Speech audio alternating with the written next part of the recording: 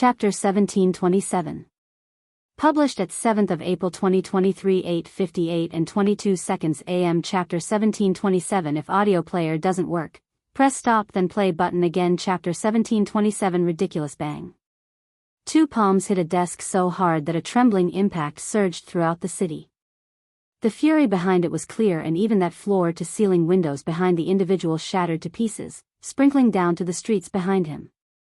However, by some miracle, the desk itself was perfectly intact. Outside of some light trembling, it maintained its frame, even the floor beneath it not experiencing even the slightest tremor. The two individuals standing before the infuriated man didn't so much as flinch. It was clear that they were very much used to this scene, and maybe that was why such an investment had been made into this furious man's desk to begin with. This furious man, though, wasn't a simple individual at all. In fact, he was one of the very few above Tier 1 star officers of Shield Cross Stars, one of only 8. To put this matter into perspective, the title of Tier 1 star rank was so rare that despite the fact they were always looking for more officers, they could simply not find anyone both worthy and willing to dedicate their lives to being a policeman. As for those above Tier 1 star officer, they were veterans no lesser in stature than Void Elders. They were known as the Cross Elders, and their position was designed to have 9 members taking up the rank at any given time. But much like the ranks of Tier 1 star officer, there simply weren't enough worthy individuals. As such, a position designed for 9 could only have 8. This man was none other than Cross Elder Avon, a man both known for his valiant service to the human race and just as well known for his fiery temper. The two individuals across from Cross Elder Avon were 2 Tier 1 star rank officers. However, other than not showing fear in the face of his outburst, the two didn't dare to show the slightest disrespect. Although there seemed to be just a single rank between themselves and Cross Elder, the gap might as well have been insurmountable. The difference was akin to a member of the Void Senate of the Void Palace, or even a domain-ranked disciple, and a Void Elder. It simply wasn't meant to be compared. Incompetent. Incompetent. Incompetent. Cross Elder Avon spoke so furiously that the words were almost entirely incoherent. The louder he got, the less sense he seemed to make, so they could only assume he was repeating the same word over and over again. The 2 star rank officers before him, 1 man and 1 woman, could only continue to clasp their hands behind their backs, standing tall. I want them found, now.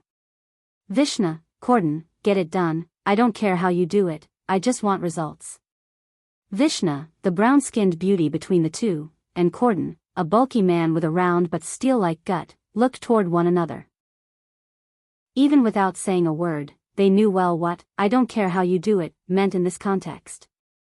On the one hand, it meant exactly what it stated. But on the other hand, it was also a scapegoat flag. Sure, they could do whatever they wanted, but if they were caught, then they'd become the next DiVincenzo. Sir. What do we do about Earth? Vishna finally asked after a moment of listening to Avon's heated breathing. Upon hearing Earth, Avon's forehead gained a new vein moonlighting as a slithering crimson python.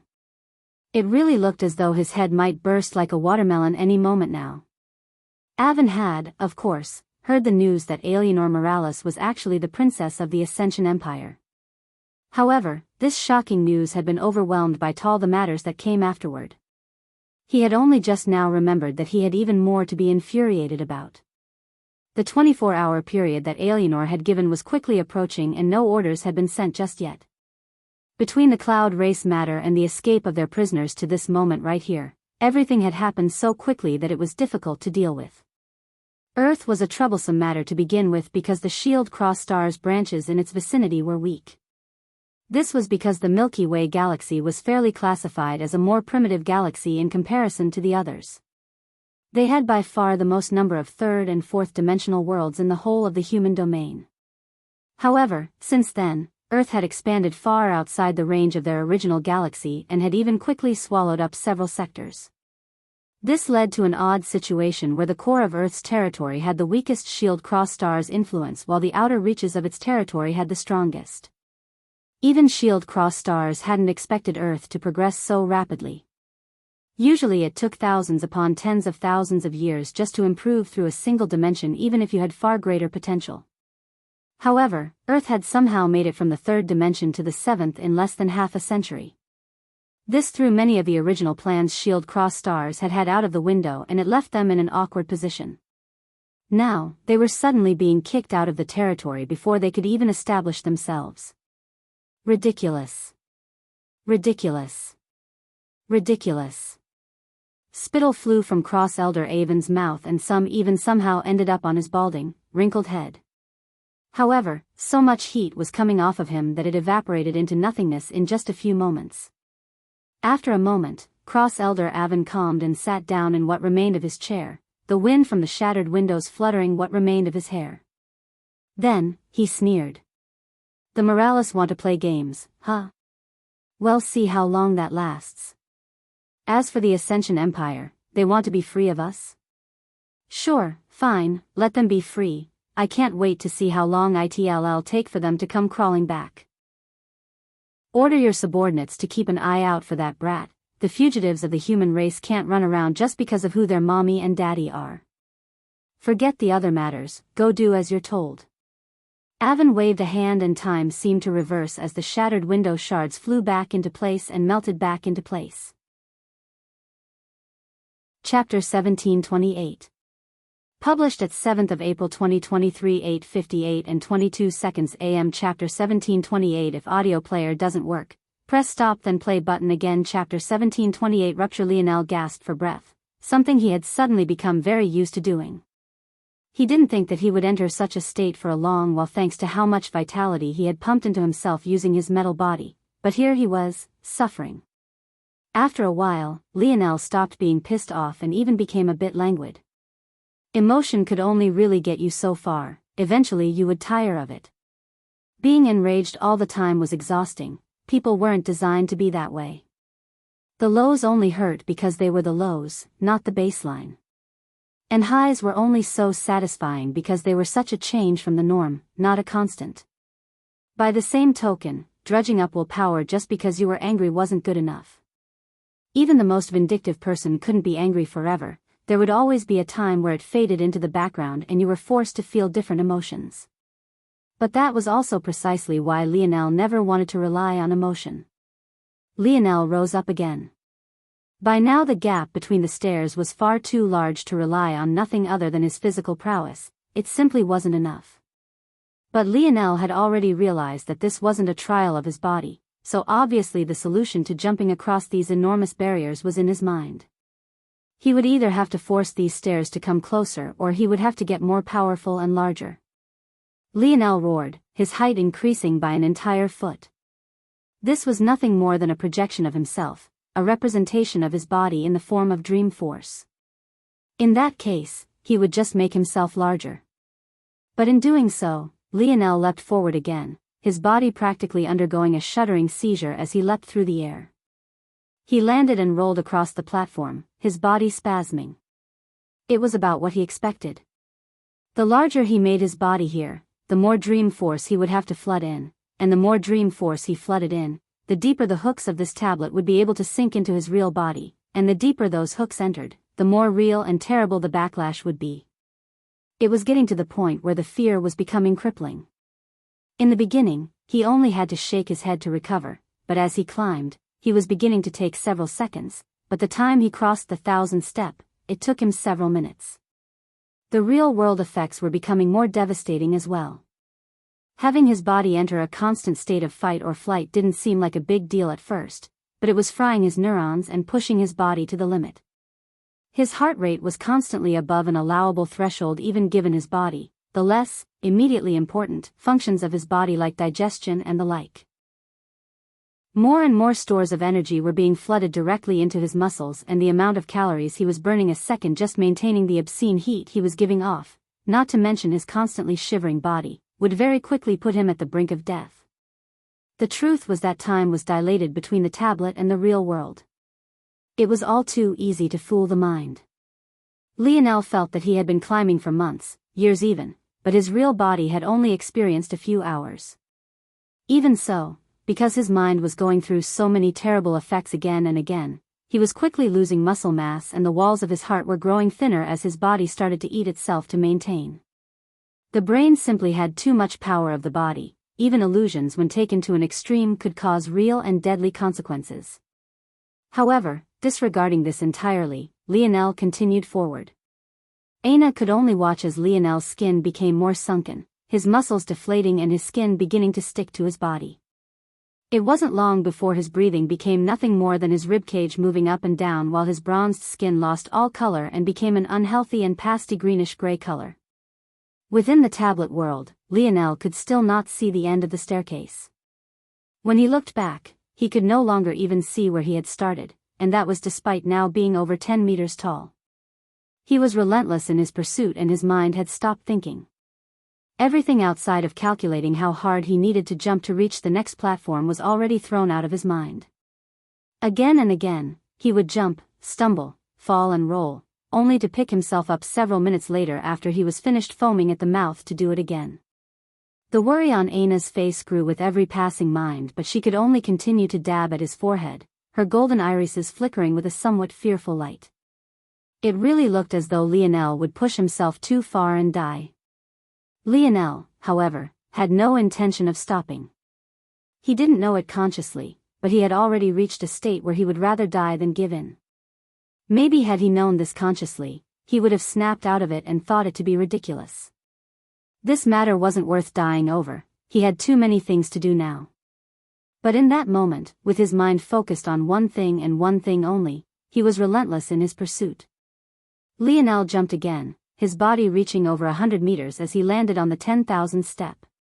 Just like always, he slipped and fell, his body beginning to convulse once again. But this time was different. In the real world, the walls of his heart had become far too thin. This time when it tried to pump too fast beyond its limits, it ruptured and a spray of blood came from Lionel's mouth. Aina went pale, but she suddenly felt a hand on her wrist. Despite the state of his body, his hands seemed to have a great amount of strength. Within the platform world, Lionel slowly stood to his feet again, his projection rippling like an image cast on water. Again. At that moment, while Lionel was pushing himself beyond normal bounds of reason, a fleet of ships had come to a stop near the borders of Earth's territory. But for some odd reason, the flagship that they were waiting on to pass through this area was nowhere to be seen. Of course, this flagship they were waiting on was none other than the very one Lionel had stolen. Chapter 1729. Published at 7th of April 2023 8:58 and 22 seconds AM. Chapter 1729. If audio player doesn't work, press stop then play button again. Chapter 1729. Running out. Bang.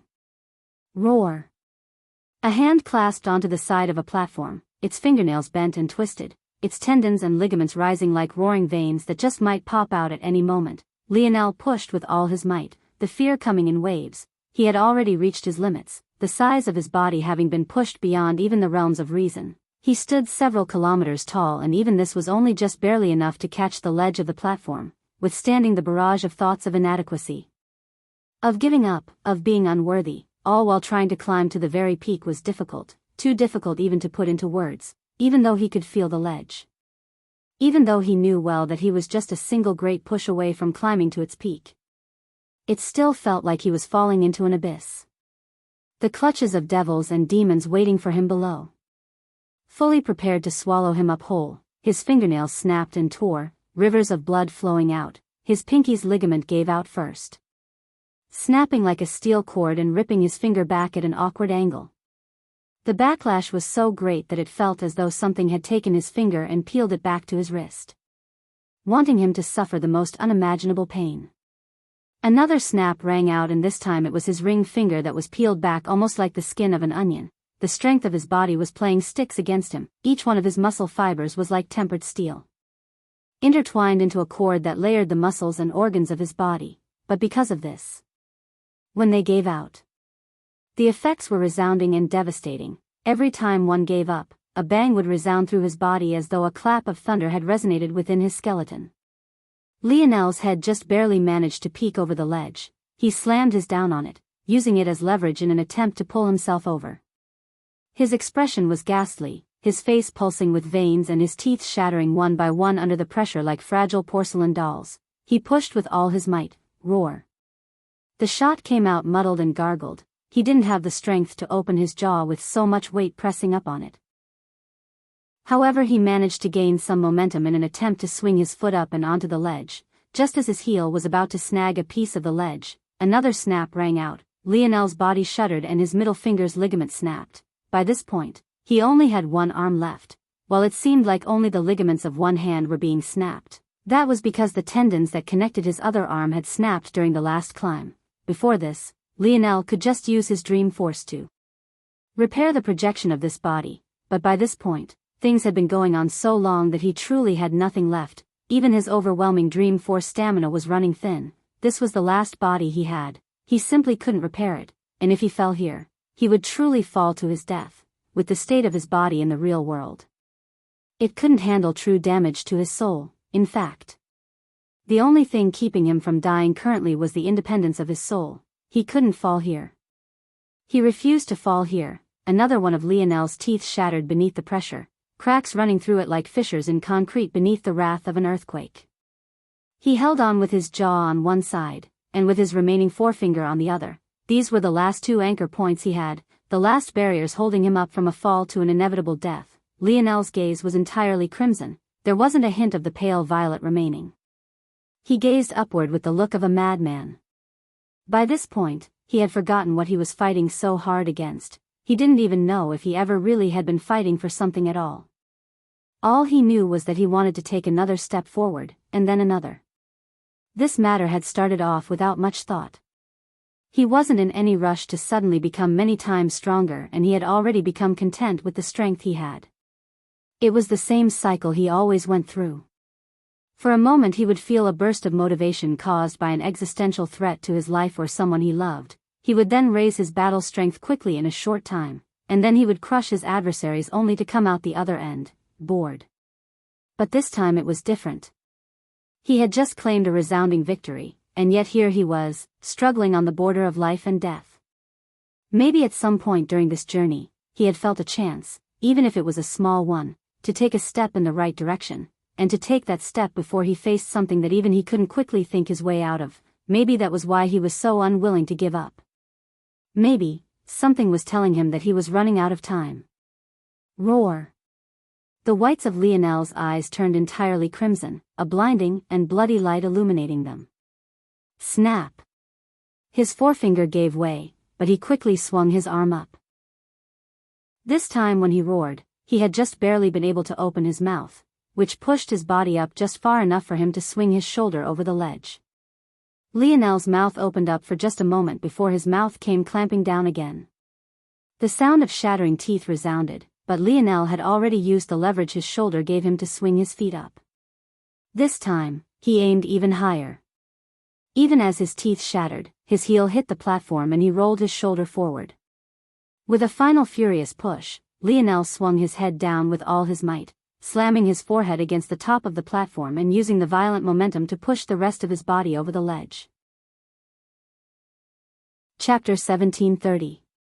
Published at 7th of April 2023 8:58 and 22 seconds AM. Chapter 1730. If audio player doesn't work, press stop then play button again. Chapter 1730. Next, Lionel felt his head spinning. That final blow was so powerful that he had most definitely shattered his skull. Blood flew from his nose and ears, shared of his own bones sticking into the most important frontal networks of his brain. However, even while feeling so dizzy, he struggled to prop himself up, his mind repeating the very same action he had every other time as he rose through this world. The platform he had started on was barely enough for two of him to stand on, but this one was tens of kilometers wide and long. Even so, after making himself several kilometers tall, it would only take a few rolls for him to reach the end of it. Realizing that he didn't have the strength to stand, Lionel could only do that. He didn't want to stop his momentum. He felt like if he wavered even once, he paused even once, he would no longer have the strength or courage to continue. He had to keep going. The moment the fear response cleared, he had to keep moving, no matter what. He grit his teeth, ignoring the pain of rolling over his injured hands and arms as he made it to the edge of the platform. Just one more roll and he would fall off to his death. Only then did Lionel come to a stop.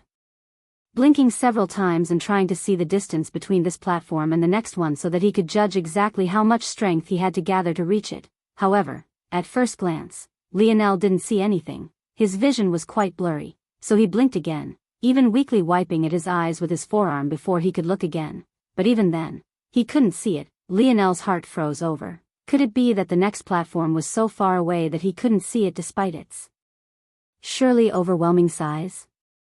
Just by a rudimentary calculation, it would take being a few thousand miles away at the very least. He was already several kilometers tall and the pain was unbearable. He had already pushed his dream force to the max and couldn't get any larger. Even if he could get larger, could he really withstand what would happen to his body if the fear response suddenly became 1,000 times more potent? Lionel's jaw steeled, the shards of broken teeth in his mouth digging into his gums as he used the more acute pain to pain him up. He slowly rolled to his knees, standing up. It took him several minutes, but he finally managed to get to his feet and look right up into the vast and endless skies. He took a deep breath, glaring upward as though he was looking at his worst enemy. But at that moment, the platform began to shimmer and shine. Lionel, who was still thinking about how he would reach the next staircase, suddenly felt his body enveloped by a caressing sort of light. The injuries to his projection were quickly being healed. His tendons and ligaments snapped back into place. His grotesquely curled fingers were pulled back. And even his teeth and fractured jaw began to mend themselves. Lionel looked down with a hint of surprise, not understanding for a moment until it hit him. It wasn't that the next platform was so far away. It was that he had already reached the last platform. He had already lost count of the number of platforms he had climbed, but he had stopped keeping track because doing so was only attacking his psyche. Having to worry about how far he had gone and trying to guess how far he had left to go would have only worn down his mind and made him more likely to give up. He had shunned all such thoughts, so much so that he hadn't even considered the fact that he had truly reached the end. Lionel stood in silence for a moment, thinking back to everything he had gone through. He probably should have felt happy or relieved, but he didn't feel that way at all. All that pain, all that horror, he just felt like if he juxtaposed it to his usual methods, the latter was far too inferior. If he was honest with himself, he had never worked so hard before. Compared to Aina, he was far inferior in this respect. Lionel took a breath. In the outside world, his body had truly become little different from a skeleton wearing a bit of skin. But for the first time in a long while, his condition didn't deteriorate and even seemed to become a bit better. Although he didn't suddenly recover immediately, he at least seemed to stabilize somewhat. Lionel didn't even need to personally observe the current state of his body to know that instant recovery wouldn't work on him. He had pushed himself so far that he would need true time and rest. Back when the Cobra demon had eaten him alive, it was only by snatching strength from the demon that he had been able to recover. This proved that there was a certain point of no return even for instant recovery unless it gained outside support with the help of the healing branch of the dark force side of the lineage factor. Regardless, this wasn't a problem that Lionel was too bothered by. Although his body was a bit weak, it wasn't as though he was helpless. And right now, he was more concerned with what exactly reaching the final platform meant. It couldn't be that it would just recover his dream force, right? In truth, even if this was the case, Lionel found himself not minding as much as he thought it was. This may be one of the few times where he felt he had gotten more out of the hardship than the reward waiting on the other end of it. However, it was a guarantee that things wouldn't be so simple. It was potentially time to truly learn what the Emperor Might lineage factor could do. Lionel's projection was enveloped by a light and brought to a new place. When he appeared, he stood in another world of green and blue. There were bubbles all around him, some of which were delicate and pale green color, and others of which were radiant and blinding royal blue colors. Chapter 1731. Published at 10th of April 2023 11:06 and 22 a.m. Chapter 1731. True Sovereign. If audio player doesn't work, press stop then play button again. By this point, Lionel was certain that the greenish-blue colors meant something that he wasn't aware of. Although he had stopped paying attention to the platforms so that he didn't psyche himself out, he still had noticed that they started from pale shades of green, become more vibrant jade colors, then transformed toward a bluish tinge, before stopping at an almost diamond-like bluish color that was maybe one of the most beautiful colors Lionel had ever seen. If he had been in the state of mind to care back then, the final several dozen kilometer long and wide platform he had just been on would have been acknowledged by him as one of the most beautiful polished gems he had ever seen. now that Lionel thought about it. The Fox family's emperor's might manifested with a vibrant green color. This didn't seem like a coincidence. Only his king's might manifested with a violet color, but that was only due to a mutation that came from his metal synergy lineage factor. Originally, Lionel's metal synergy lineage factor became tainted with a crimson force when he almost deviated the first time he tried to awaken it. However, after he fought back and succeeded in awakening it, a violet color was born. This violet color wasn't something that Lionel was keenly aware of the presence of until he formed King's Might lineage factor in the Valiant Heart Zone. However, this violet color appeared even when he wasn't consciously using King's Might, like when he fully deployed his metal synergy lineage factor. Lionel shook his head and stopped minding these matters for now.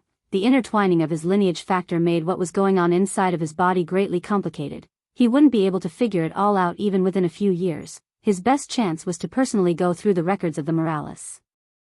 But that would have to wait. Lionel reached forward and touched one of the smaller pale green bubbles, since he wasn't certain of what they were. Although he did have a guess, it was better if he chose to be cautious first. The bubble popped and a surge of energy entered Lionel's body. Not only did he suddenly feel like his soul had been greatly nourished, growing not just a few times stronger, but mysterious patterns and runes began to formulate in his mind. After a while, Lionel blinked and opened his eyes shining wink with a frown. Emperor's aura. As expected, it was a method of utilization designed precisely for the Emperor's Might lineage factor, but in addition to this, the process of assimilating these usage methods also seemed to strengthen his soul, branding it with odd runes that reminded Lionel a lot of god runes or star runes. Lionel's gaze twinkled with a peculiar light.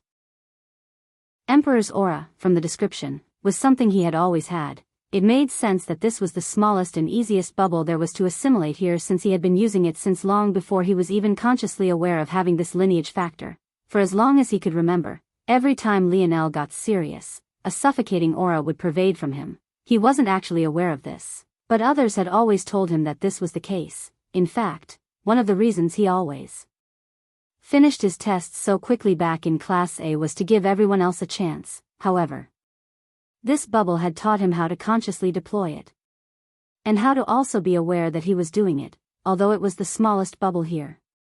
That didn't mean that it was a weak ability. It was just that it was a fundamental ability. So fundamental that most would have access to it the moment they awakened this lineage factor. In fact, even Lionel's cousin Noah had Emperor's aura. How powerful this ability would become, though, was dependent on several factors that Lionel had a feeling were related to just how far you climbed. If this explanation was correct, even using aura to suffocate people to the point they couldn't use their force was possible. It even explained that even if completely stopping people from using their force was impossible, you could lower the strength of their force. Essentially, if Lionel had had access to the full scope of Emperor's aura during his battle with the Cobra Demon or Thela, he could use it to weaken their force manipulation and even potentially bring it down to a realm that he could more easily deal with. Lionel took a breath and moved forward. He suppressed his desire to start popping the biggest bubbles around here. Although he could sense he had earned the right after climbing to the highest platform, he had a feeling that he might very well implode if he even tried. What Lionel didn't know was that climbing to the highest platform had done more for him than just give him access. It was also the reason learning was so easy. Usually, one would have to master these runes personally before being able to properly use them, but all Lionel had to do was pop the bubble and it would integrate the full meaning of it for him. Lionel reached out toward the second smallest bubble. This was a slightly brighter shade of green than the last one. Emperor's projection. This was a skill that gathered Emperor's aura and formed a projection. Through this projection, Emperor's aura could be applied to one's force. Through doing this and concentrating Emperor's aura, its effects would become more potent. This was another ability that Lionel knew about, and he had even formed his Emperor's projection before through a skill he had learned from his mother. It seemed that his mother had meditated on the Emperor's Might lineage factor enough that she had formulated a path through these inheritances herself without having the tablet. Even so, seeing the full method here and having it directly imprinted onto his brain, Lionel realized that he had neglected this skill far too often. And he also realized that in the past when he integrated his destruction aura with it, the process hadn't needed to be so permanent. The only reason he had thought it was permanent was because he had so little understanding of the skill. Now, however, its full breadth was imprinted directly into his psyche. He understood it better than anyone else in existence currently. Which also meant, Lionel reached out a finger and formed a small blade of spear force. Soon, numerous runes began to appear on its golden surface before it gained a small tinge of violet, giving it a truly royal air. Although Lionel had never seen it before, right this moment, he was absolutely certain. This was the true sovereign spear. Chapter 1732. Published at 10th of April 2023 11:06 and 18 seconds AM. Chapter 1732, Emperor's Presence. If audio player doesn't work, press stop then play button again. Lionel looked down at the radiant spear force for a long while before he crushed it in his palm. He was absolutely certain that this was the so-called true sovereignty that those women of that zone were speaking of. He could feel a qualitative change that relied on something beyond just the ring on his finger, but likewise, since it didn't rely on his ring, it had its own strengths and weaknesses. For one, Lionel could apply it to his bow force and become a true sovereign of the bow as well. However, unlike his spear force, which was immune to all other spears and spear forces, his bow force would be limited to restricting bow forces weaker than his own. This, though, was only natural. Of course, Lionel had already reached this stage with his bow force even without his king's might lineage factor. The reason why during his battles in the Void Palace that bow force seemed to be easily absorbed by him was because he had crossed this threshold on his own. Now, though, Lionel formed bow force, using Emperor's Presence, to infuse Emperor's aura into it. At that moment, his white bow force shimmered with a resplendent violet color, even more obvious than what had been the case with his spear force. The change in its strength wasn't small. Lionel could feel the minor fluctuations everywhere it passed, his level of control over it reaching an unprecedented level. This wasn't exactly a matter of power, per se, but instead the dominion over which he could maintain perfect accuracy had increased by not just a single fold. Lionel crushed the bow force in his hand and formed a strand of fire. This fire force was one he hadn't used in a very long time, radiant force. It had radioactive properties, and it had once been a very core part of Lionel's heavenly cycle comprehensions until they had evolved under the influence of the zone. Lionel was very curious. There was nothing that said that weapon forces were the only forces he could use Emperor's Presence on. Logically, he should be able to apply it to almost any force. With a thought, he fused his presence into it, causing the silvery red flame to gain just the slightest hint of violet. Lionel immediately noticed that depending on what his target was, the vessel could accept more or less of his Emperor's aura. For example, his bow force absorbed by far the most, while his spear force absorbed comparatively less, and his radiant force absorbed even less than that. Among the three, spear force and bow force were still somewhat comparable, but radiant force might as well have been on its own scale in a negative direction.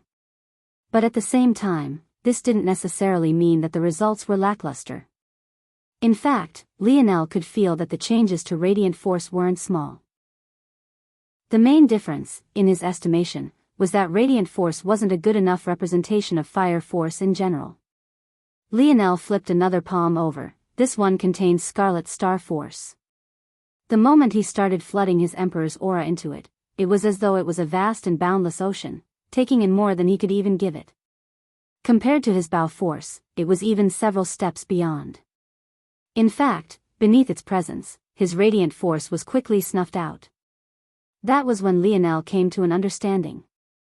Using his king's might lineage factor, he could gain a shortcut to becoming a sovereign. However, he needed to use a force as a proxy first. The quality of his sovereignship would be dependent on the quality of this force. Lionel's bow force had experienced the very same baptizing his spear force had, however it was in the 6th dimension while his spear force was still in the 5th. As such, his bow force was stronger in this regard than his spear force by not just a small margin. Radiant force was a weaker fire force which was capped at the 6th dimension. As such, the pressure it could exert over other fire forces was minimal, while Scarlet Star Force was, of course, the strongest fire force in all of existence. Obviously, using the latter as a proxy to exert pressure onto other fire forces was far superior. Essentially, if Lionel used his Emperor's aura on his radiant force, many fire forces would become useless against him, but not all of them. If he did the same with his Scarlet Star Force, however, it would likely be impossible for others to even stir fire force in his presence. Aside from this, there was only really one other important thing of note, and that was that Lionel only seemed to be able to use his Emperor's aura on one type of force at a given time. For example, he could use Emperor's presence on Radiant Force and Scarlet Star Force at the same time. But he could use it on Scarlet Star Force and Spear Force at the same time, nor could he use it on Spear Force and Bow Force at the same time.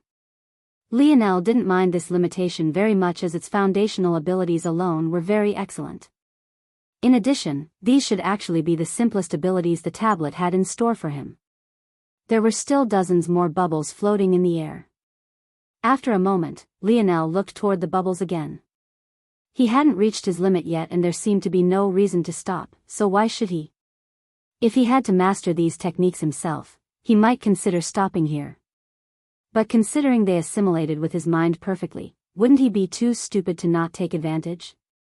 He had exchanged a lot of blood, sweat, and tears to get here. He reached forward and touched another bubble, this one being third from last in terms of size and radiance. A familiar nourishing feeling took hold of his soul, cleansing him from head to toe and making him feel alive. It truly felt like he was floating on a cloud. Emperor's Gaze. Chapter 1733. Published at 10th of April 2023 11:06 and 17 seconds AM. Chapter 1733, what right? If audio player doesn't work, press stop then play button again, Emperor's Gaze. This was a technique that built off the back of Emperor's Presence, fusing it instead into a person's eyes. However, unlike the Bao domain lineage factor, this technique wasn't actually designed to see any further, though it could be used to see with more clarity. The most basic usage and implementation of this technique was to disperse illusions and to attack the psyche. These both relied on similar principles and managed to accomplish two different things relying on the same foundation. Ultimately, illusions were just tricks of the mind and Emperor's Gaze could disrupt them. By the same token, it could piggyback off this ability to directly attack the mind of an enemy. When Lionel finished assimilating with the technique, his gaze couldn't help but glow, his pale violet irises becoming a deeper hue of violet for a moment before reverting back to their original color. This technique, wasn't it very similar to a technique of the spirituals? In fact, wasn't it precisely because of techniques like this that running into a spiritual boss in the Void Tower was no different from drawing dead?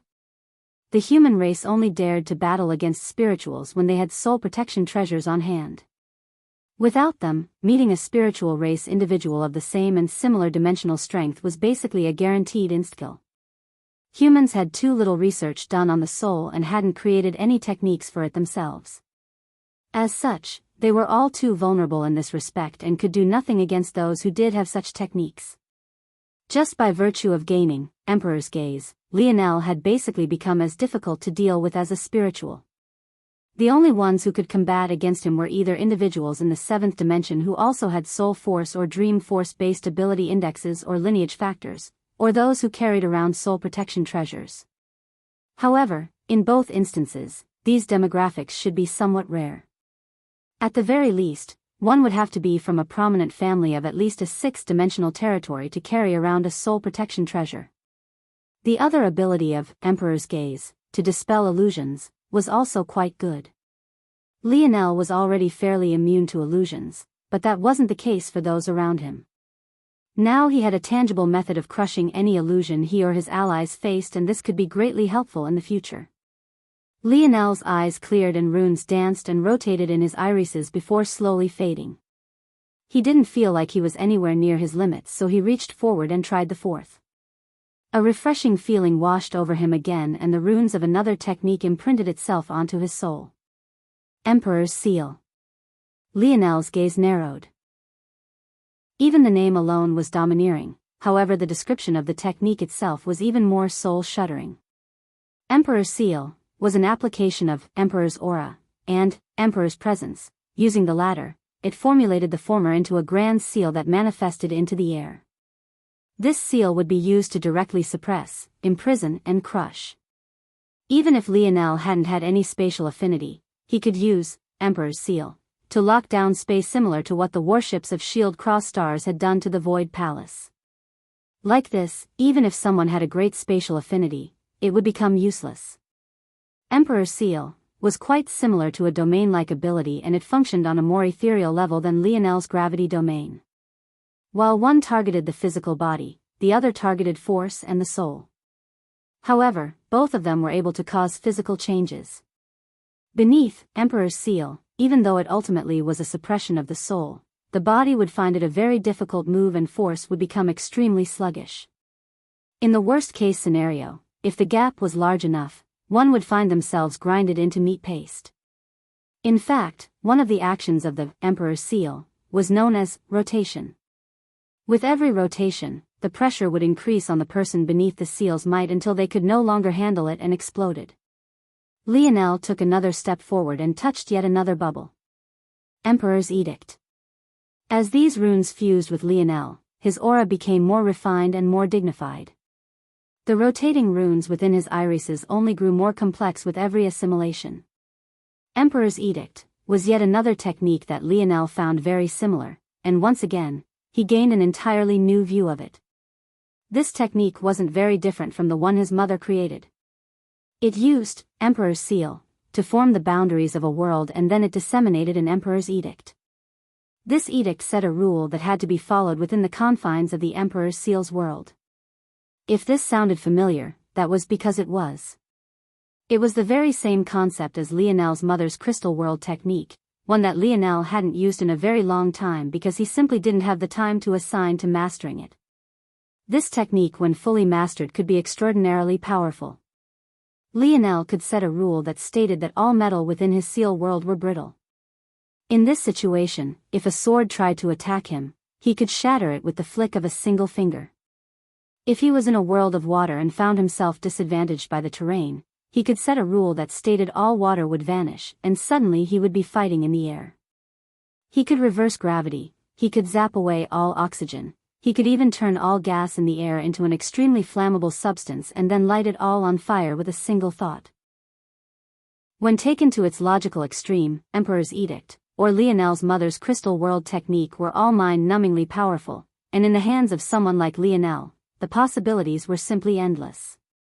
In the face of an emperor, what right did anyone have to resist? Chapter 1734.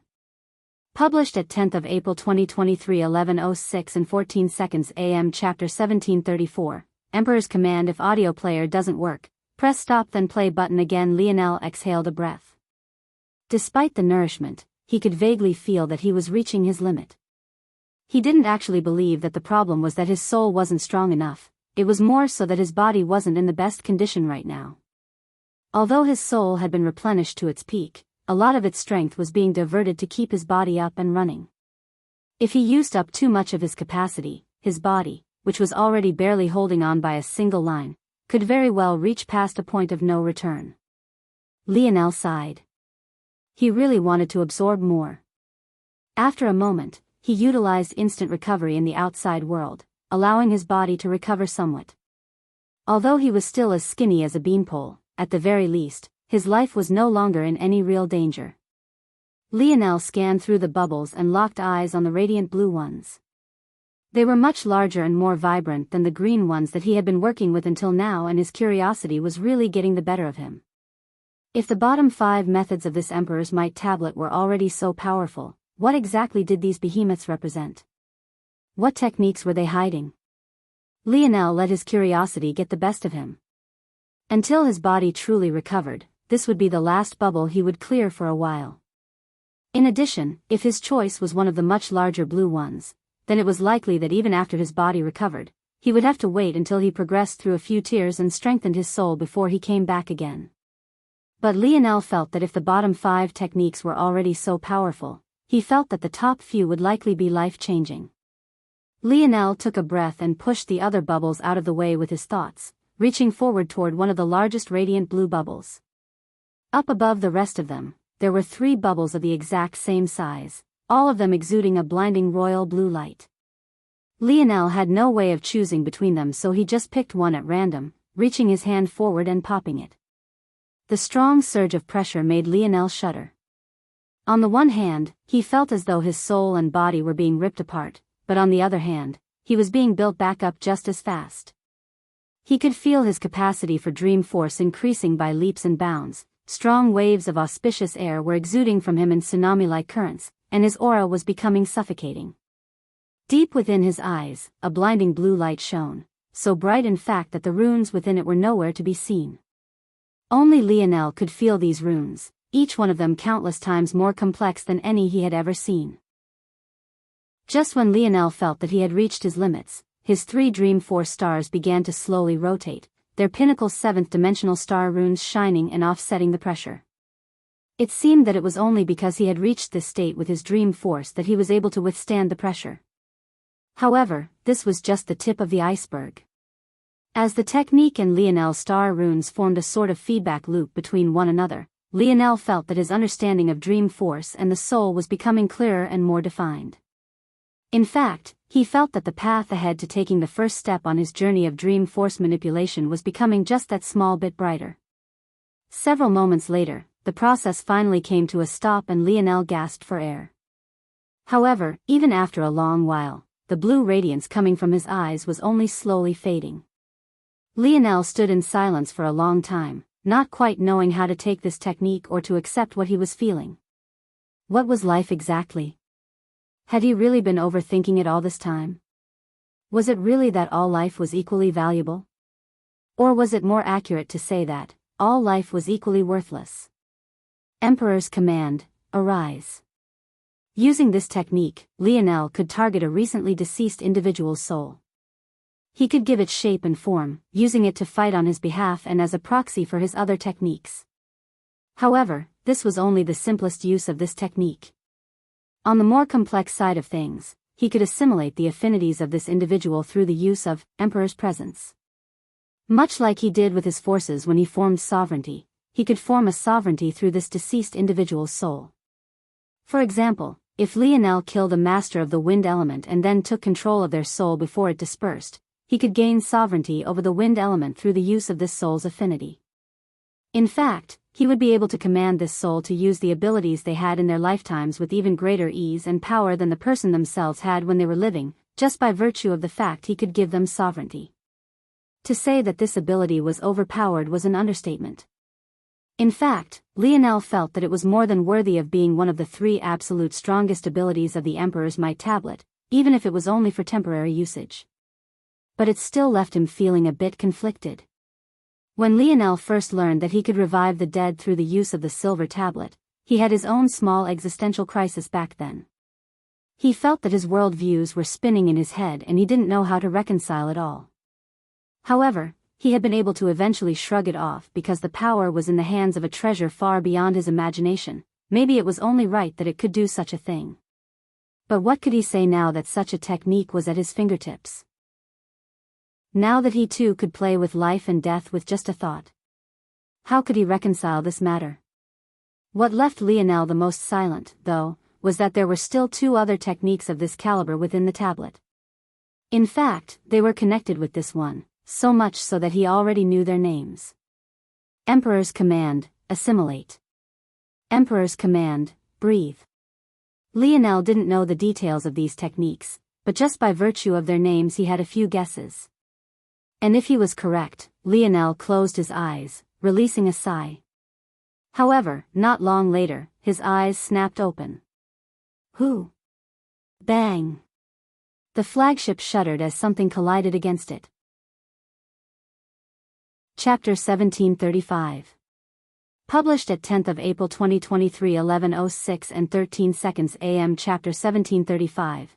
Pirates. If audio player doesn't work, press stop then play button again. Lionel's eyes snapped open immediately. Aina sat on her knees nearby.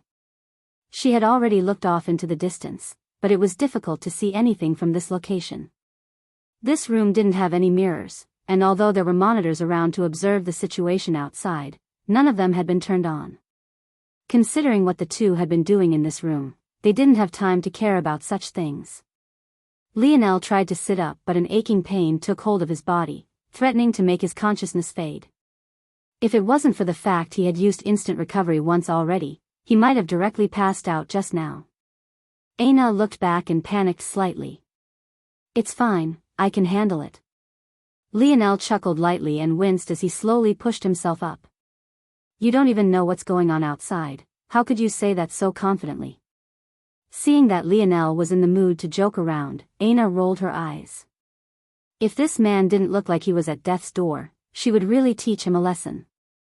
Lionel's pale violet hair and irises had lost all of their color, both looking far more like a pale gray and lacking the vibrancy they had once had before. He was still naked, so it was all too easy to see his skin sticking loosely to his bone. His cheeks were sunken and the bags under his eyes were practically black.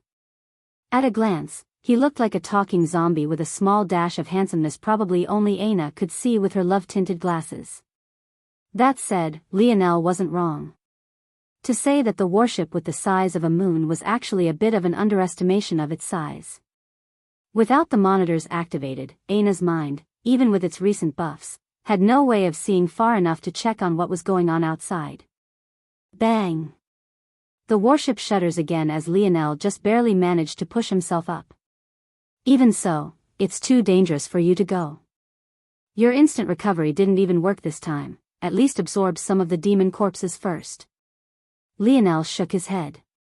It'll be fine.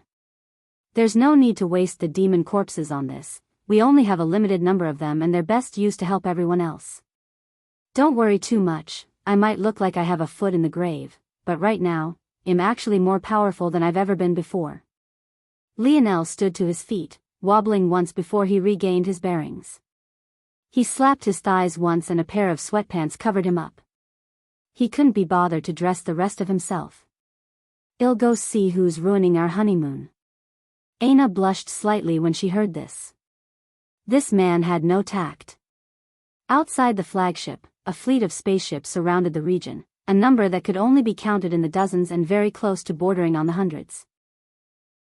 These ships were only a fraction the size of the flagship behemoth, but they all had their cannons trained upon the same location, clearly planning to overwhelm quality with quantity and blast a hole through the hull of the warship. Not long after the second barrage rocked the flagship, Lionel and Aina appeared at the bow of the warship.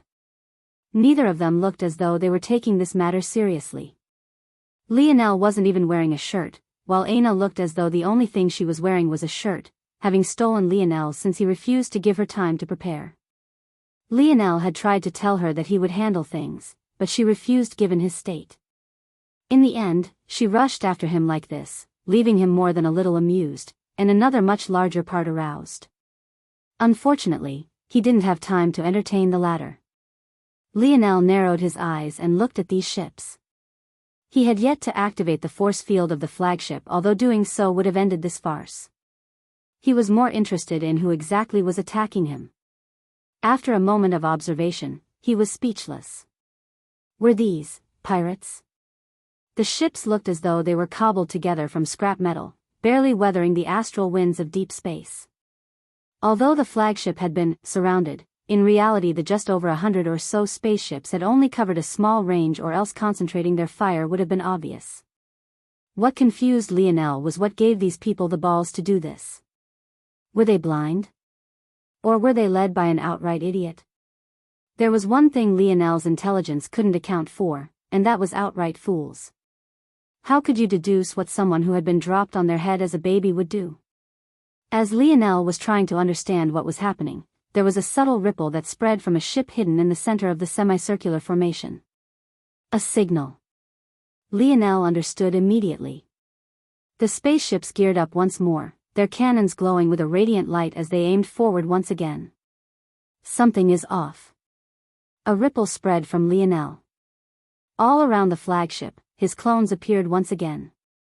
In just a small instant, the force field activated. The beams of light converged, colliding against a recently formed barrier. However, this time, the flagship didn't so much as quake. In fact, the force field didn't even so much as ripple. As though it had met a perfectly reflective surface, the beams of light reflected back. Before the spaceships could even react, they were enveloped by a blinding light. By the time Lionel's vision cleared, even his lip could only twitch. The entire fleet was eradicated in a single blow. No, not the entire fleet. There was just one straggling junkyard ship near the edge that just barely managed to stay outside of the range. But when Lionel's gaze zoomed onto their location, he found that the pilot was practically shitting his pants. Lionel's gaze narrowed. He could smell the bullshit in the air, and it definitely wasn't coming from that pilot. At that instant, almost on cue, space warped and shuddered. As though they had just stepped out of a hyperdrive state, 6 new ships appeared in an instant. This time, however, they truly did surround the flagship. With a length of several hundred kilometers each, they were just barely large enough to do so as well. Chapter 1736. Published at 10th of April 2023 11:06 and 12 seconds AM. Chapter 1736. Impervious ruler. If audio player doesn't work, press stop then play button again. Lionel stood in silence, waiting for the other shoe to drop. He wondered if these people would be stupid enough to attack as well. Although their ships were much larger, they were still nowhere near comparable to the flagship. In fact, Lionel felt that he could act personally and take down these ships in a few minutes. The metal they used was mostly formed of 5th-dimensional ores, and they only used 6th-dimensional ores to reinforce it.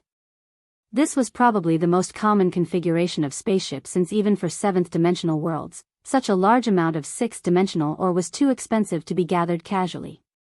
Only the most elite of 7th-dimensional worlds would form warships so large with 6th-dimensional materials, and only true powerhouse organizations like Shield Cross Stars would be able to form such a large flagship like this one with majority 7th-dimensional materials. This was all to say that this fleet of 6 stood no chance. So Lionel really wanted to see what they were getting at here. It seems that they're targeting this ship, even to the point of luring me to kill that previous pirate fleet. But if they're targeting me, that has to mean that they know of me and my location enough to prepare this scheme, no matter how pathetic it is. But how could they know? No one should know where I am. If my location was leaked, these clowns wouldn't be the first to make it.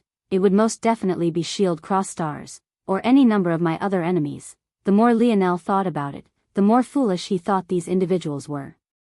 If they knew who he was, they should know how valuable his head was. Why would they come personally instead of just selling this information? Unless, at that moment, in the central warship, a few figures stepped out to the bow. The edge of their ship was just about a kilometer from Lionel's own. At this distance, the ships could very well fall into each other's pull and crash, but their relative power structure stopped this from happening. There were exactly 3 figures, the middle of which was a gentleman wearing robes of white and purple. He seemed to be exceptionally refined, but anyone with any world experience could tell that he was putting up a false front. He deemed himself to be more important than he was. "My name is Richard, it's a pleasure to meet you, Lionel Morales. Although it's unfortunate that you've targeted my people like this, don't you think that your actions are a bit overboard?" Lionel's eyes narrowed. Those words made it quite clear that his location had been exposed. This truly made things more interesting. There definitely wasn't a tracking device in the flagship. Well, there was one, but Lionel had dealt with it long ago. He wasn't a fool. It was potentially possible that one could guess that he was headed to Earth and check the common routes that connected the 2 territories. Considering the specifics of space travel, if one wanted to get to a location without wasting literal centuries, there were only certain paths that you could take. These were so-called star lanes that allowed hyper-speed travel without worrying about riddling yourself with holes. However, it also had to be remembered that Lionel had gotten distracted and allowed his flagship to drift quite far off course. There was simply no way to find him using these obvious methods. Seeing that Lionel remained silent, Richard felt that he was now a point up, his smug smile increasing as he let the silence hang. In his mind, he was making the mighty Lionel Morales squirm, waiting to find out what his purpose was. After he was satisfied, Richard revealed a pleasantly self-satisfied smile. "I've come here for one purpose today. This flagship, you'll be confiscating it. It's the least my people deserve for their grievances." Richard's smile became brighter. Lionel didn't respond. He was still lost in thought, trying to figure out exactly what was going on.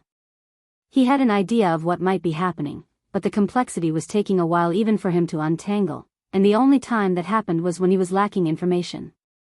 After a while, Lionel looked up. Richard was looking at him with the same smile, believing that Lionel realized he was cornered. Since they could find him once, it was just a matter of a single call and half the human domain would be hunting him down. From time to time, Richard's gaze would shift toward Aina. Although Lionel's shirt was huge on Aina and covered more than enough, her current state was simply too enticing. It was simply a universal mating call to all men. But Richard, in trying to remain professional, only took a glance from time to time.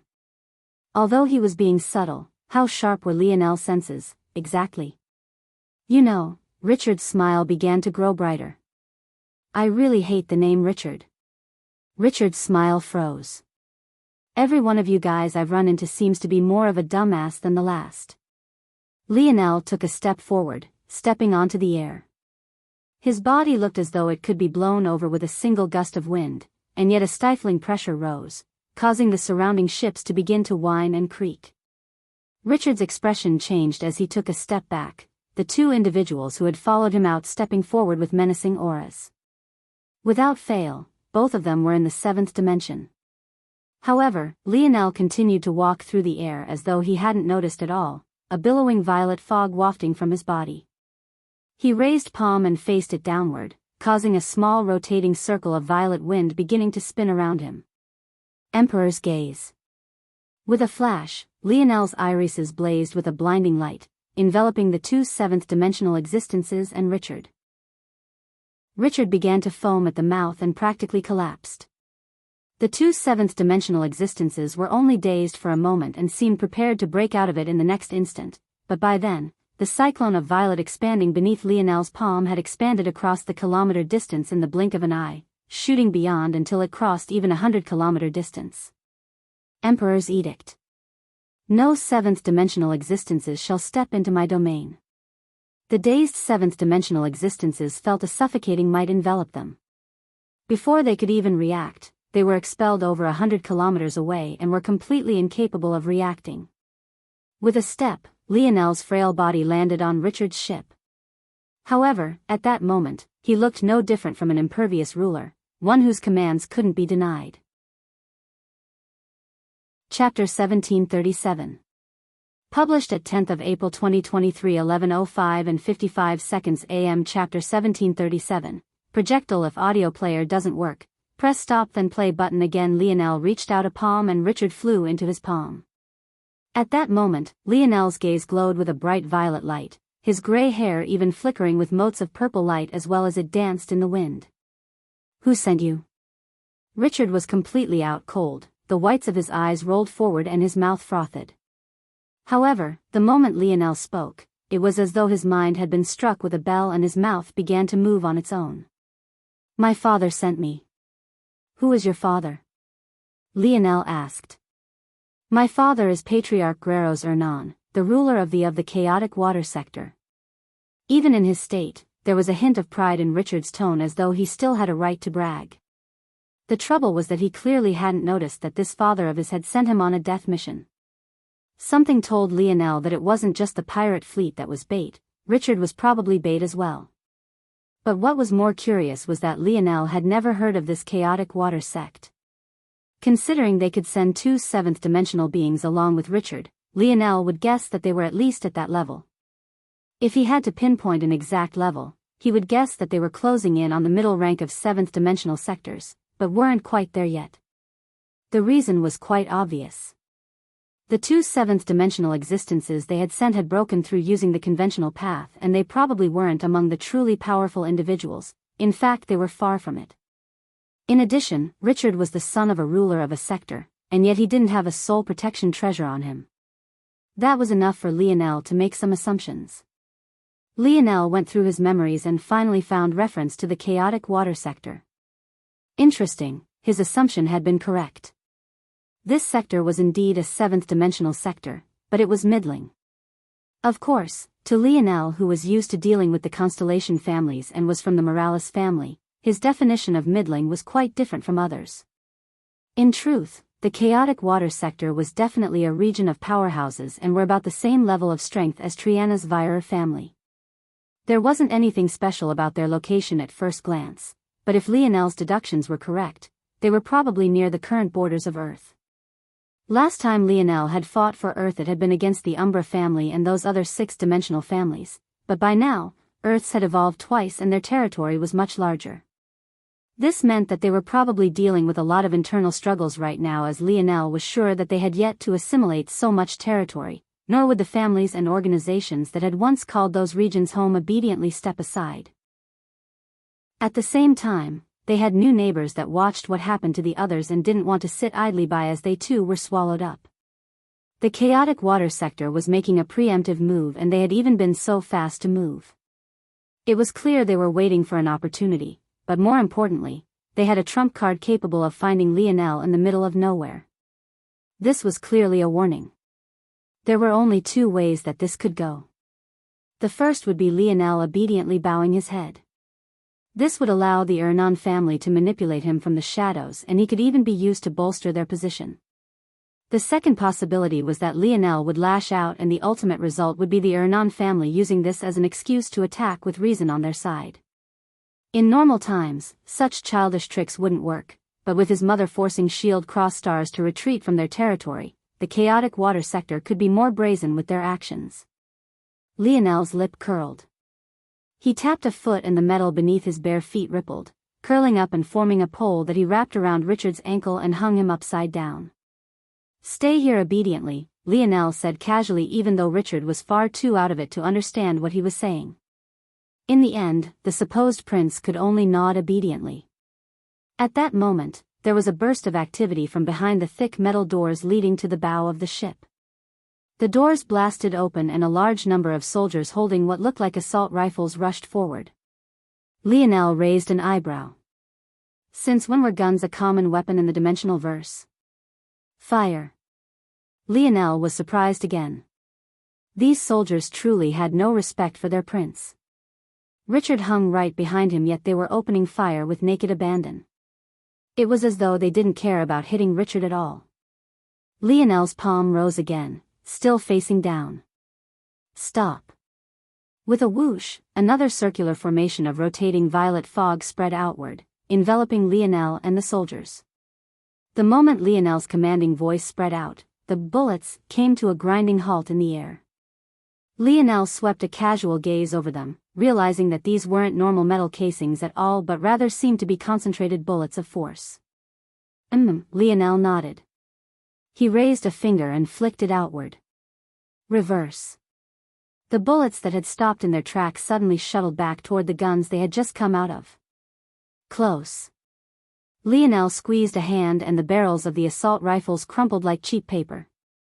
In their panic, some of the soldiers tried to fire again, but that only made the situation worse. Bang! Bang! Bang!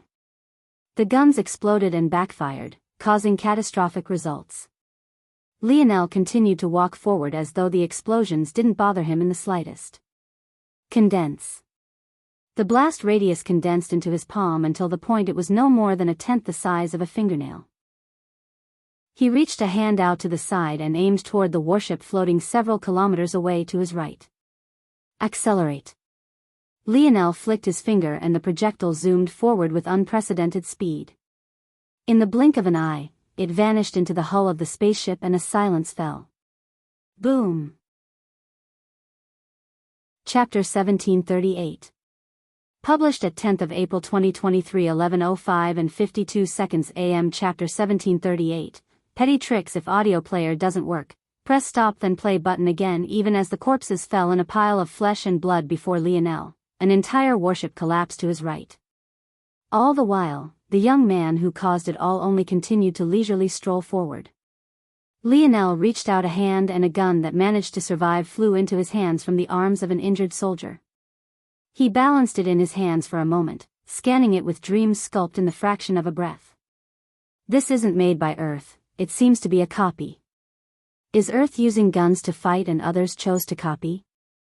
Considering the fast reaction of this Guerrero's individual, he seems to be quite the innovative and clever type. In that case, it's not impossible. Lionel walked forward, stepping over the piles of flesh and blood. He casually raised the gun, firing a few times. He seemed to be quite aimless in his aiming, shooting through doors, walls, ceilings, and even floors.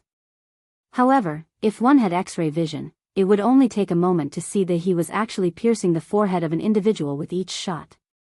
The commotion of the blast caused a large number of soldiers to rush to the bow of the ship to see what was happening, but most died even as they made their way to the location, not even making it to the hallway to see the face of the man that was killing them. Just seconds later, Lionel walked out from the ship with a casual expression on his face. He looked up as two powerful auras surged toward him, but he looked back again as though thinking about something. He picked up the makeshift pole he was using to hold up Richard and tossed him across the kilometer space between the ship and flagship. Just as he finished, the two seventh-dimensional existences came roaring back, both of them sporting ugly expressions. They could sense that one of their warships had been entirely slaughtered, while a second had not only been slaughtered, but it even exploded as well. They roared in fury, striking out with their palms at the same time. 3. 2. Lionel looked up again and stepped off of the warship, falling through the vastness of space. 1. Boom. The expressions of the seventh-dimensional existences changed. Flying was only something those with a certain control over God runes could accomplish. In addition, such individuals tended to be very deep into the seventh dimension as well. It simply wasn't possible for them who had broken through using the conventional page. Due to this, it had taken them a long amount of time to return because they had practically been swimming through the vastness of space. They hadn't come prepared to do that and as such, could only wastefully use their force-like propulsion engines to make their way back here, a process that was obviously much slower than their usual speed. However, now that they had just made their way back, they found themselves caught up in a violent storm. Although this explosion couldn't do much to them outside of leaving some minor flesh wounds, what it could do was send them flying into the distance again. Lionel used the explosion to flutter back to the flagship, landing on the bow lightly as he watched on in amusement. This Ernan family wanted to send him bait? Sure, he would eat as much bait as they could stomach to give up. He would eat until they were sick of it and had to expose the true existences behind this. Lionel didn't believe for a single second that a family on the same level as the Vierer family would dare to do all of this even if they seemingly had enough motive to do so. If Guerreros knew that Lionel had been hunted down, information that wasn't very widespread as of yet, especially since disciples weren't allowed to leave Void Palace, then he should also know who the princess of the Ascension Empire was, and likewise who her husband was. The fact he still dared to do all of this just for the pretext to attack Earth was fishy. Bang! Bang! At that moment, the palm strikes of the two seventh-dimensional experts finally landed, but they were just as quickly snuffed out by the force field barrier. 2 down, 4 more to go. Lionel smiled, ready to lift off again and crush the 4 remaining warships. Aina, who still stood on the bow of the ship as well, her arms crossed about her chest, shook her head. This man was having a little bit too much fun without her. Patriarch, there's been news. In a simply dining room, far more simple than one would expect the ruler of a sector to be found eating in, a middle-aged man with streaks of white in his dark hair sat. He wore familiar white and purple robes and he ate with pristine etiquette. There's no need to report something so obvious. They used the flagship to destroy the fleet, correct? Send the envoys to the Ascension Empire and demand an explanation. Don't come to me for something so trivial. Guerreros slowly looked up from his meal. What is it? Gabion and Seath have sent a message. Graysos frowned. That didn't make any sense.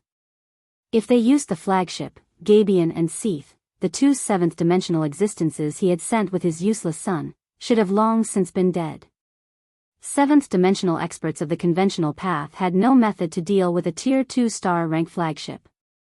In truth, seventh-dimensional experts could only be classified as rare if they were on the God path.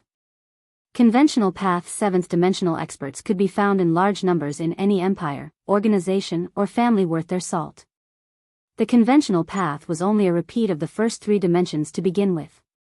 As long as a territory was of a certain standard, it was only a matter of time and resources to raise someone to the 7th dimension. However, it was also because of this that they were ultimately less valuable and also far less powerful. Of course, this wasn't to say that they were weak, or else Lionel wouldn't have used such underhanded tricks to deal with them while also letting them leave alive. There was still a substantial and qualitative difference between the 6th and 7th dimensions no matter the path taken. This was to say that in Grayso's estimation, Lionel wouldn't dare to fight those two head-on and would just rely on the flagship to sweep them. But if they lived, what did that mean? Did Gabion and Seath desert the army and flee ahead of time? Seeing Guerrero's expression, the envoy didn't dare to delay any further and explained everything without holding back. The more Guerreros listened, the more serious his expression seemed to become. In the end, he fell into a long silence.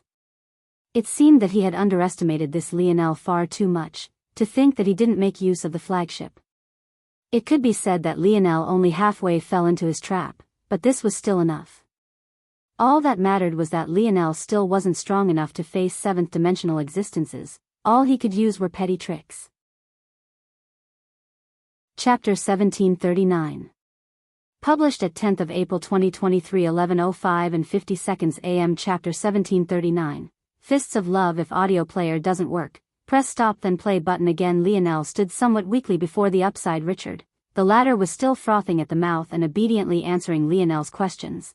But it was unfortunate that this fool had no useful information. It was more likely that one of the foot soldiers that had come with him would know more about the inner workings of the chaotic water sector than this supposed prince would. After a while, Lionel shook his head and directly killed him, turning him to ashes. He didn't have the patience to keep this person around, and he also felt that it was unfair if this incompetent prince got to survive after so many of his subjects died due to this very incompetence. Are you finally done? Come and eat, then. You look like death, Aina said. Lionel wanted to resist after Aina grabbed his hand, but he found himself too weak to do anything. The world spun and he ended up on her back, speechless. Can't you carry me in a more comfortable position? I'm finding it hard to believe that you're actually worried about me. Lionel dangled like a sack of potatoes, nursing grievances. Oh? You know about comfortable positions too? Aina replied with a more sinister edge to her voice. Hee hee. Lionel laughed and then coughed. What did you want me to do? You were gripping the sheets so hard that I couldn't move you even if I wanted to. What did you say? Why don't you speak a little louder? Lionel coughed, feeling Aina's shoulder digging into his gut. What was that? The wind just now was really loud. Humph. Aina's face flushed red. She knew that her display was really embarrassing back then, but she couldn't help it. Men had bodies that gave them a break once they hit one climax. But women's bodies didn't work exactly the same. Her body in particular had a really high rate of recovery even in comparison to other women, and Lionel knew how to use his dream world to take advantage of her. She couldn't even remember what happened after a certain point. Her mind had been entirely fried. The novel stimulation was too much. Just thinking about it, Aina's face only became redder before she grit her teeth. If it wasn't for the current state of Lionel's body, she would definitely get her revenge immediately. As for any soreness, her body had recovered a long time ago. Lionel finally couldn't hold it in and burst into a fit of laughter. He laughed so hard he could feel what remained of the fragile fibers of his muscles shredding into pieces. But even so, he couldn't stop. Aina plopped Lionel down on a dining room chair and gave him a glare before scurrying off into the kitchen. Even now, this man refused to stop laughing. He was very lucky that he was so injured right. After a while, Lionel finally managed to stop wheezing. At the moment, the two of them had entered the segmented cube. With its current level, the segmented cube was still separated into lab setting and abode setting. However, the change was that the latter was now separated into an estate setting and a world setting. The former carried the typical home, rooms and board that Lionel and Aina were used to, while the latter was, as its name denoted, feeling a lot more like a small planet. The world setting was primed to grow a large amount of resources. It only needed Lionel's guidance. Although Lionel hadn't experienced it, the segmented cube had experienced a very long period of time and, as such, had a ton of accumulated energy ready to be released. As for the estate setting, it was probably more luxurious than any home Lionel had ever seen. This was just one of the many kitchens. But it felt as high-tech as the flagship that was waiting on them outside. Lionel smiled lightly as watched Aina bring out a large amount of ingredients. It was only 10 minutes in before he began to smell an intoxicating fragrance. Yip! Yip! With a flash, little Blackstar appeared in a swirling ball of darkness, landing on a chair by Lionel and hanging out his little pink tongue. It had been too long since the little guy tasted Ana's cooking, so the moment he smelt something, he came immediately, unwilling to waste even a single moment. Lionel laughed and rubbed the little mink's head before his head suddenly turned in a certain direction. "What are you two hiding for? You might as well come. I don't mind sharing a bit of my wife's cooking with you all." Lionel's words had hardly come out when a ladle streaked over like an arrow and rebounded against his head. Vice and Candle, who had been peeking in from the outside, were stunned for a moment before looking toward one another. Candle covered her mouth, stifling a hint of a laugh. As for Vice, his face was just as much of a brick wall as it was always, but Lionel could see the twitch in his lip.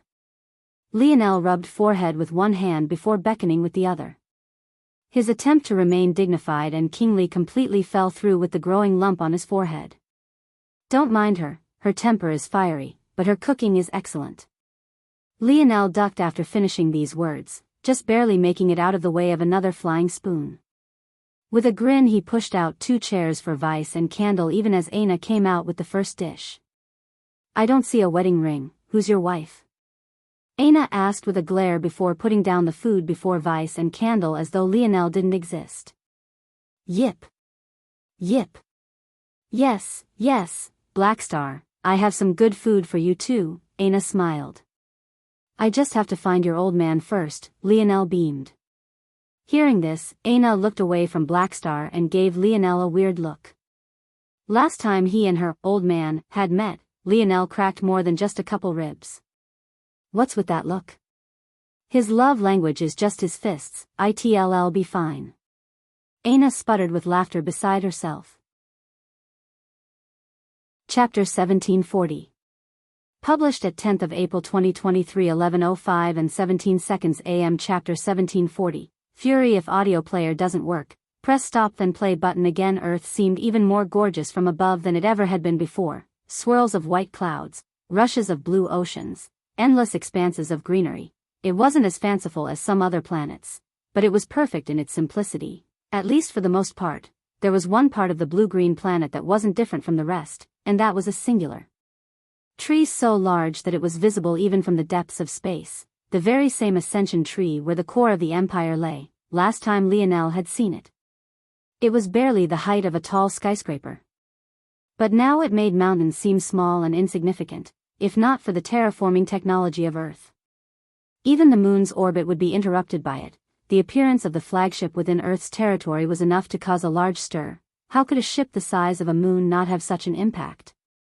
However, when the various checkpoints showed the somewhat frail Lionel standing at the bow and felt the familiar aura of the Fox family, there were very few that dared to stop him. Lionel should have been beaming on his return home, but the things that he had seen on his way here left his expression frighteningly cold, so cold that many who hadn't dared to stop him didn't do so directly out of fear. They only reported this to the higher-ups. This led to an odd situation where some let Lionel go because they recognized him, but others simply hadn't been able to build up the courage to do so. This was odd indeed, although Lionel had recovered somewhat. He still looked frail and skinny. His current Bodhi's strength was maybe 30% of what it should be at his peak, but even so, most couldn't bear to look him in the eye. When Lionel crossed the final checkpoint and entered Earth's solar system, he wasn't only greeted by the sight of Earth, but he also found several vessels rising into the air. Lionel's gaze flashed. Upon these vessels, there were a large number of red hair and red-eyed individuals. It took only a single instant for Lionel to recognize them. Halt. Powerful auras descended from all sides. Lionel remained silent for a moment, his flagship continuing to move forward, with its force field. Even seventh-dimensional experts shouldn't be able to do a single thing to him, logically. Even if Earth managed to give birth to such experts in his absence, they shouldn't be a threat to him. However, Lionel simply had too many questions about the origins of the Brazinger family and those 3 other mysterious families, especially after seeing traces of them in the zone. Due to this, Lionel didn't dare to make assumptions about what strength they did or didn't have, but regardless of that, the Brazinger family was Ana's enemy, so they were his enemy, and yet, they wanted to try and flex their authority in his territory? The fury Lionel had been feeling up until this point bubbled past the point of no return, and his chest expanded with a puff of air. Scram! Powerful waves of force billowed out from Lionel's roar, causing the several vessels before him to quake and rupture.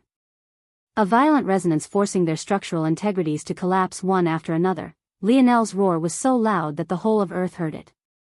The clouds shuddering and many even dispersing. Without another word, Lionel continued to urge the flagship forward before placing it outside of Earth's orbit. At this moment, everyone noticed the shadow of another moon-sized object in the skies, but they could only look up, their eyes widened in shock. Lionel flipped over a palm and casually took out a treasure he had created in the last few days.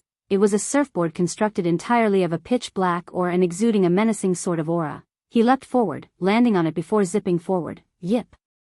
Blackstar flashed and landed on Lionel's shoulder as he zipped through the skies, crossing through the depths of space and entering Earth's atmosphere like a speeding comet. It didn't take Lionel long at all to appear in the Ascension Empire's capital and fall heavily before the steps of the palace. Almost immediately, just like the last time he had come here, dozens of golden armored guards pointed their spears forward, their auras towering into the skies. However, compared to last time, there wasn't a single individual here who wasn't at least in the 6th dimension. In fact, those of the 6th dimension were also the ones with the sharpest auras. The others were all of the 7th dimension. It was clear to Lionel at first glance that the 6th dimensional experts had all entered into this realm with the God path, or at the very least, a path that seemed equally as potent. As for the others, they had been raised to the 7th dimension through the use of a great amount of resources. Even so, when Lionel appeared, his own aura suffocated theirs. He wasn't in the mood to deal with this right now. Old Man Fox. Get out here. Lionel's was far more concentrated than it was last time and didn't spread throughout the entire planet. However, in its concentration it was far louder to those who did hear, rattling their eardrums and threatening to shatter their hearts. The forcefulness nearly blew the doors of the palace off its hinges. Bang! Bang! The tall doors swung open, several protective formations shattering to pieces as their weaknesses were seen through by Lionel in a single glance. At that moment, the protectors of the palace didn't say anything superfluous, attacking immediately. Lionel's hand palm opened up, facing the ground. A swirl of violet took form and in an instant, he had vanished from his location, appearing deep within the palace in the blink of an eye. Lionel appeared before another heavy set of bronze doors and kicked outward. Bang! At that moment, a large chorus of voices came to a grinding halt. The imperial court of the Ascension Empire fell into an eerie silence. Chapter 1741. Published at 10th of April 2023 11:05 and 15 seconds AM. Chapter 1741. Set up. If audio player doesn't work, press stop then play button again. The appearance of Lionel caught the imperial court minister completely off guard. The sounds in this place were entirely isolated for the sake of privacy and safety, so none of them had even heard Lionel's earlier roars. Who? The ministers all looked toward Lionel at the exact same time. There were many old faces amongst the crowd, but still too few of them had seen Lionel personally. Well, more accurately, they had all seen Lionel personally, but the circumstances between then and now made it difficult to draw the connection. Back then, when shield cross stars projected Lionel's face all across, he was still a teen and he looked a lot different. His hair was bronze and his eyes were a pale green, plus he wasn't so malnourished as he looked now. Only those intimately familiar with him would actually recognize him. Up ahead, on the throne reserved for the Emperor, Old Man Fox sat with an indifferent expression. Despite the surprise, he didn't seem to react to Lionel's appearance at all. He simply looked toward his grandson with a neutral expression. To his side, Lionel's grandmother was actually present as well. Compared to her husband, she was much more pleasantly surprised. She didn't seem to care that Lionel had appeared in a rage at all and only cared that he had appeared. The two of them actually looked a great deal younger. Last time Lionel had seen his grandfather, he looked well into his 50s, albeit younger than he had originally been. As for his grandmother, she looked like she wasn't long for the grave. However, after over 2 decades, the two looked like they had returned to their 30s. It was quite baffling until, that is, Lionel realized that the two of them had entered the 7th dimension. there was a hint of haziness over his grandfather. Though, almost as though this was just what he was willing to show, the real oddity was that this was the first time Lionel had ever gotten an inkling about what level his grandfather was at. He always seemed unfathomable. Even slapping an entire warship out of the skies with a single palm back then, the ones who had roared surged toward Lionel while the guards behind him were quickly catching up, but then Lionel spoke as though he hadn't sensed them at all. "Old man. What the hell are you doing? Are you trying to run this empire into the ground?" Hearing these words, Empress Fox blinked and realized that Lionel didn't look very happy. Only then did she settle down her maternal instincts and exhale a breath. Even so, just because she had always felt guilty toward Lionel, she would stand on his side if there was an opportunity. But for now, she chose to remain silent and hear what her grandson had to say. Emperor Fox looked toward Lionel. Meeting his gaze with his own shimmering irises, he could sense that the Emperor's might aura coming from Lionel now was far more prominent than it ever had been in the past. In fact, it felt so potent that even given the frailty of his body, Lionel still looked like a towering mountain. "Brat, you've disappeared for 2 decades and came back with the cheek to berate your grandfather?" Hearing these words, those that were ready to deal with Lionel froze. To the side, Lionel's uncle coughed awkwardly, pushing up his glasses. He was really helpless to deal with the interactions between this pair of grandfather and grandson.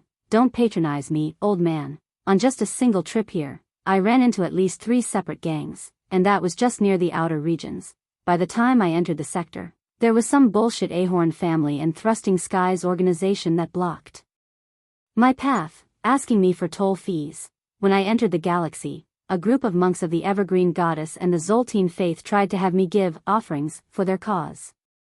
I finally got the quadrant, only for the Force Crafting Guild to try to confiscate my ship because I apparently must have stolen it from them. Then when I finally made it to our solar system and I thought the bullshit was finished, the Brazinger family dared to stand in my path? You tell me, are you running this empire into the ground or not? Why is there not a single level or range within this territory that's safe from bullshit? I bet if I walked around Earth for a little while someone would try to rob me at gunpoint. What have you been doing for the last 20 years? Sitting on your thumbs?" The ministers opened and closed their mouths for a long while, not knowing what to say. Many of them flushed with shame, but even more of them were surprised. They had never seen anyone speak to Emperor Fox in this way, not even his own son and grandson. Both Lionel's uncle and Noah were entirely too respectful to even breathe too loudly in the face of Fox. And yet here was Lionel. Despite the words, Emperor Fox didn't seem to react too violently. "Don't we have you to thank for this?" Emperor Fox replied, his lips spreading into a smile that carried with it a hint of deviousness. Lionel's gaze only flickered for a moment before his temper flared up again. "My fault? If you lost control of the situation to this extent just because Shield Cross Stars has been away for a few days, you really were sitting on your ass for the last 2 decades. If you need a corrupt organization like that to maintain control, you've been wasting your time. And even if it was my fault, so what? Aren't you supposed to be my grandfather? Where's your heroic spirit? Shouldn't you be protecting me from wind and rain? But you can't even protect your own empire. At this point you might as well hand over the reins to me. What the hell have you been doing?" As Lionel spoke, Emperor Fox's smile only grew brighter and he even began to stroke his beard and nod his head. Indeed, indeed. Emperor Fox nodded. "It's settled then, Prince Lionel will become the head of Earth's police force." With a flick of wrist, something soared through the air toward Lionel. The latter subconsciously caught it, only to look down and find a badge. Almost the instant Lionel touched it, the badge began to vibrate. "Trouble in the 3-pillar sector, remnants of the Viola family are. Alert from Thrusting Skies sector, they are trying to expand again. Requesting reinforcements. The Zoltine faith is gathering offerings to build another shrine." Lionel's lip twitched. He felt like he had been set up.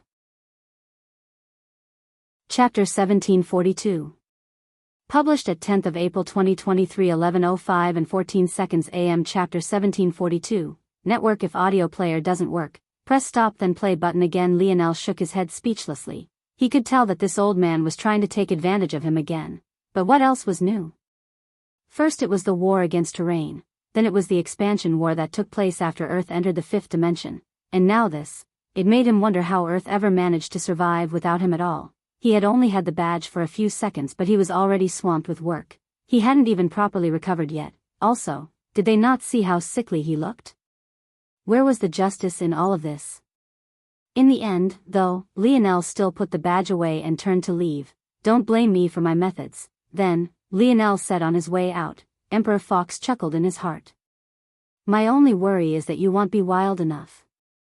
Even though he thought this, he didn't say it out loud. Empress Fox sighed. Although she was aware that her relationship with Lionel wasn't very close, she still found it unfortunate. He had hardly looked at her despite the fact they hadn't seen each other in over 20 years in her eyes. Oh, right. Lionel turned back. Grandma, this man is very shameless. If you bullies you be sure to call me so I can teach him a lesson. He's apparently got too much free time on his hands since he wants to run my empire into the ground. The Empress was shocked speechless for a moment before she sputtered with laughter, her gaze filled with a doting and loving expression. Even after just a few seconds, Lionel could tell that his grandparents' relationship was a lot different than his own with Anus, or even that of his parents. Their past should also be quite complex considering how long they had spent separated. Simply put, his grandmother didn't have very sturdy reins on this old man, so it was best that he tightened them for her. For the first time, Emperor Fox's expression flickered with a peculiar light. It was fleeting and almost impossible to pick up on, but the moment Lionel saw it, he grinned wildly. It had been a long time, but he had finally found it, the old man's weakness. Lionel turned back toward the palace's exit, raising his head in laughter. He would have quite some fun pressing down on this weakness in the future. It was too hard to deal with someone who had no shame. There was really only one method, to be even more shameless. The ministers fell into silence. For some reason, after Lionel's appearance, all of the tension had dissipated into thin air, although the faces of the ministers were all new. They were all citizens of Earth. They were here when Lionel dropped a city on the capital and crushed the demigod that had stripped them all of their ability indexes and left them helpless in the face of terrain's experts. They had all been here when 3 six-dimensional galaxies attacked and Lionel fought 6 six-dimensional experts alone while he had only been at the 5th dimension, crushing them one by one and then out-scheming them in the end. Even though 20 years had passed, and the legends had somewhat faded, if there was anyone who remembered it was them. Prince Lionel Morales had returned. And since he had, these matters could be considered to be settled. It was unknown just how much he had improved in his absence. But they suddenly felt a great amount of anticipation in finding out. Among the ministers, there was a gorgeous woman who sat in silence. This was none other than the former Secretary Marquisette Maya of the Royal Blue Province. However, now, not only was her status high enough to sit within the imperial court, her position didn't seem to be normal even amongst the ministers as well. She watched Lionel's back disappear into the distance, her thoughts unknown. Lionel rubbed little Blackstar's head, lost in thought for a moment. He wasn't exactly sure of how to approach this just yet. He was just one person and the burden was heavy. The obvious choice was to build up a cohort of people that he could trust, preferably one large enough to take up the former role of Shield Cross Stars, but that would take too long. The people he could trust without a shadow of a doubt were far too few.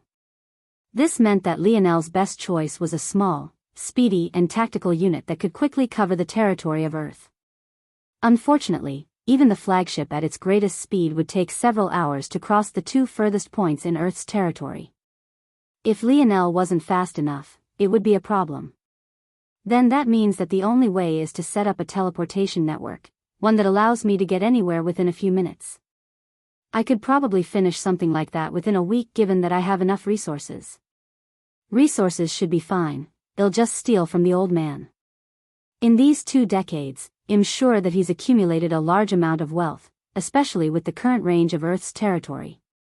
In that case, the biggest problem with this approach will be that I won't have enough people to protect these teleportation networks.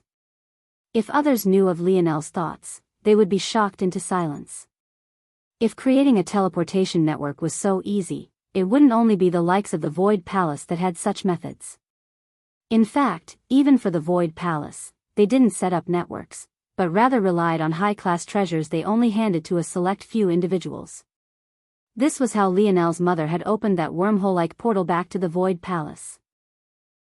Lionel wanted to do something like this, but his ambitions were further beyond because unlike others, he could see through the limitations of the Void Palace system and he wanted to fix them all. "I need a map of Earth's territory," Lionel mumbled to himself as he turned back, entering the palace once again. The guards could only speechlessly watch him. Maybe only Lionel would so casually come in and out of the Ascension Empire's palace as though he owned the place. Chapter 1743. Published at 10th of April 2023 11:05 and 12 seconds AM. Chapter 1743, Idiot? If audio player doesn't work, press stop then play button again. What the fuck is this? Lionel stood in the palace's library, speechlessly going through star charts and not having any idea what to make of them. How could these even be called maps? They might as well have been scribbles. Lionel took a breath and exhaled. This is still alright. They'll just have to merge the knowledge I got from the Void Library with this. It won't be perfect, but... Lionel shook his head and began to reconstruct the star charts in his dream world. He was fast and the process only took a few seconds. Although his body looked frail currently, his soul was like a blazing star at its core. His mind was even faster than it had been before, so much so that it didn't even make sense for him to count his number of split minds any longer, and his stamina felt endless. It was certain that this was a product of the cleansing brought through the Emperor's Might tablet, the largest changes occurring after he assimilated Emperor's command. Arise, definitely not perfect. I'd say that this is probably only about 60 to 70% accurate. Lionel's brow furrowed. The Void Library definitely wasn't the best place to get up-to-date maps. A much better place would probably be the Shield Cross Star's main branch. Although the Void Palace did have some basic information on sectors and galaxies, they tended to be quite out of date, lagging years behind, by now.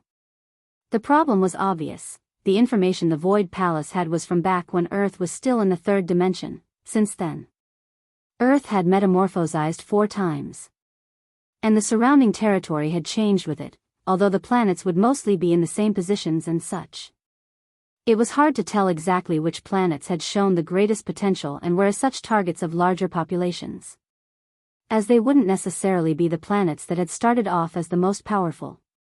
Back when Earth entered the 5th dimension, a whole host of new planets with great potential popped up. The ones with the greatest potential were classified as such and became priority locations to defend during the war. Since then, Earth had undergone 2 evolutions, and while Earth itself still had by far the greatest potential, there were countless other locations that were of great importance and were likely being fought over constantly. Without knowing exactly where these conflicts were, it would make it more difficult for Lionel to decide how to set up the network and make things run more smoothly. After a moment of thought, Lionel's gaze flashed and he thought of a solution. He flipped over his palm and his police badge appeared, flashing and vibrating all the while. With a thought, he sunk his mind into it, and as expected, he found a log of all the calls that had been made since the creation of the badge.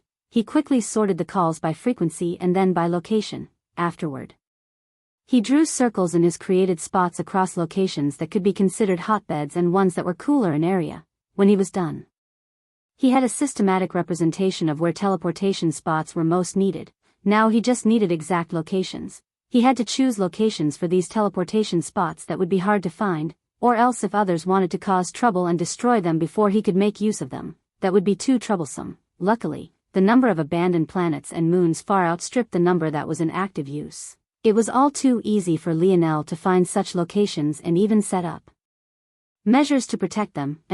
That should be enough. It's been a while since I've gone all out in crafting. This should be fun. In reality, it had only been a few weeks since Lionel constructed his new divine armors. It could only be said that he was quite addicted to crafting if these were still his thoughts. After leaving the library, Lionel looted the vaults of the Ascension Empire, taking far more than he needed without batting an eye.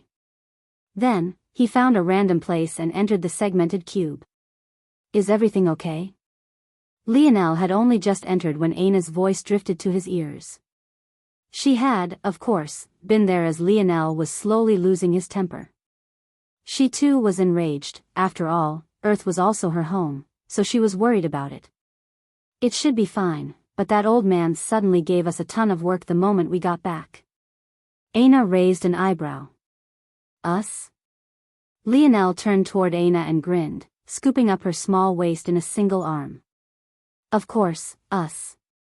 Haven't you ever heard of, in sickness and in health?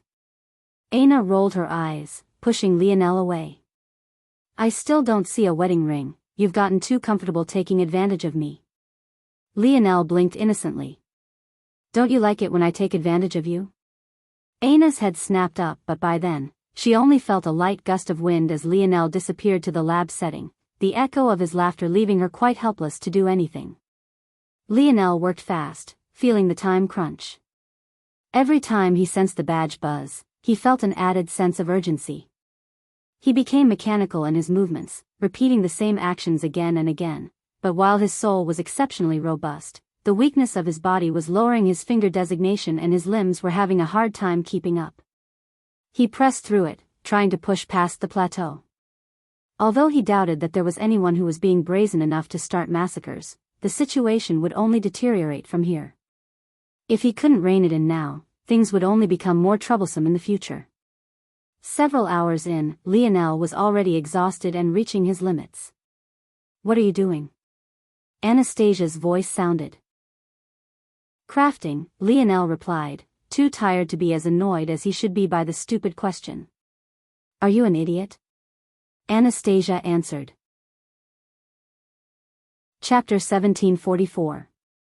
Published at 10th of April 2023 11:05 and 10 seconds AM. Chapter 1744. Short fuse. If audio player doesn't work, press stop then play button again. Lionel was indeed too tired to be annoyed initially, but when he heard Anastasia, he seemed to be slowly finding the energy.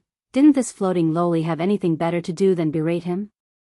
He was trying to save lives here. I'm busy, Lionel responded. Busy being an idiot. You know you can use the lab setting to do all those repetitive tasks for you. This is the first time I've seen someone try to mass-produce something personally when they had access to so many machines. Lionel came to a stop and looked toward Anastasia. The latter only looked back at him with a face of disdain. If it wasn't because she was so focused on deducing a path through force manipulation that the majority could use, she would have stopped Lionel ages ago. You only need to craft it once and that thing will do the rest. Anastasia pointed with her head toward a glass chamber that had numerous spider-like arms of metal within. Lionel blinked once before doing as Anastasia said, then he watched in absolute awe as the machine repeated his steps absolutely perfectly. At first he thought there would be a drop in quality. If there was one, it just wouldn't be worth it. However, he soon found that he had been overthinking things, everything he had done. The machine did. Even down to his precise control of force. Seeing this, Lionel exhaled a breath of relief. This was a game changer.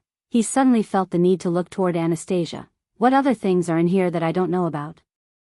Lionel asked. Anastasia sneered. Weren't you busy crafting?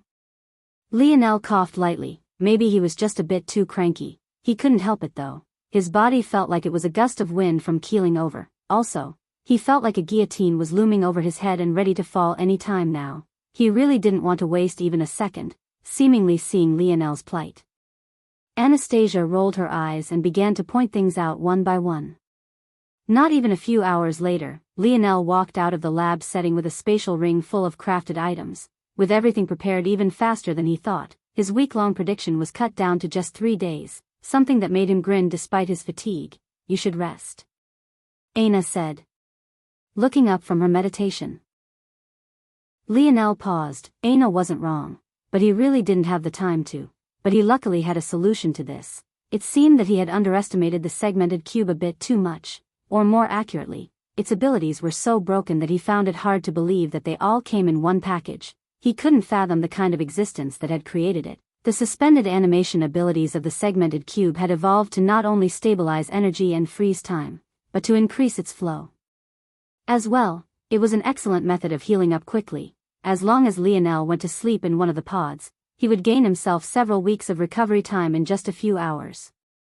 But between that time, he would need to eat. So, he had come to his lovely wife again. Seeing Lionel smile, Aina raised an eyebrow. I just need your help a little, Lionel smiled. After listening to Lionel's explanation, Aina was speechless but still waved her hand and agreed. It wasn't too big of a deal anyway. It was just a wasted day. Maybe only Lionel would be able to make her agree to such a thing. Lionel needed Aina to cook weeks' worth of meals to help him speed up his recovery. He would lie in the suspended animation pods for 15 or so minutes at a time, which would be worth about a day. He would then eat, and then return. Although Lionel could rely on the force of the segmented cube instead, between that and Aina's meals, the choice was obvious. The force pill quality of Aina's meals were far superior to just pumping himself with life force. Not only would he recover faster, but he would come back even stronger than before after putting his body through such a thing. As Lionel prepared, the chaos in Earth's territory only increased. But their day was coming. On day 2, Lionel rose out of the suspended animation pod for the final time, his skin glistening and his hair having returned to its previous shimmering luster.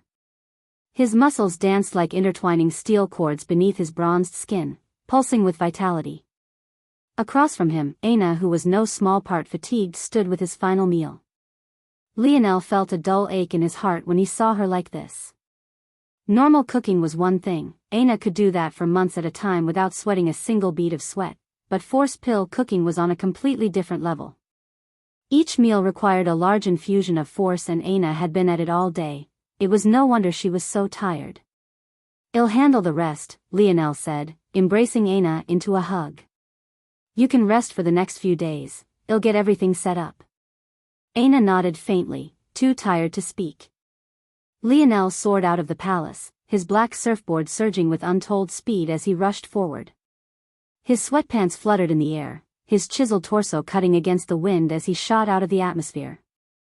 However, to his surprise, there were a large number of Brazinger family members waiting in the skies above, leaving one hint annoyed and another part speechless. It had been an entire day since he came here. Could it be that they were waiting for him? After a while, Lionel realized that this wasn't the case. The Brazinger family members seemed to be patrolling.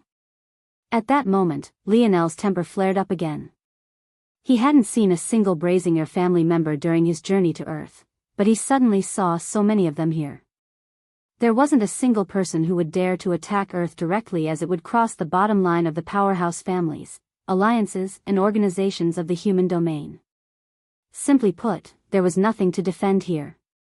All of the issues were cropping up in the gray areas, regions that had been swallowed up by Earth's world spirits range but had been regions owned by others before.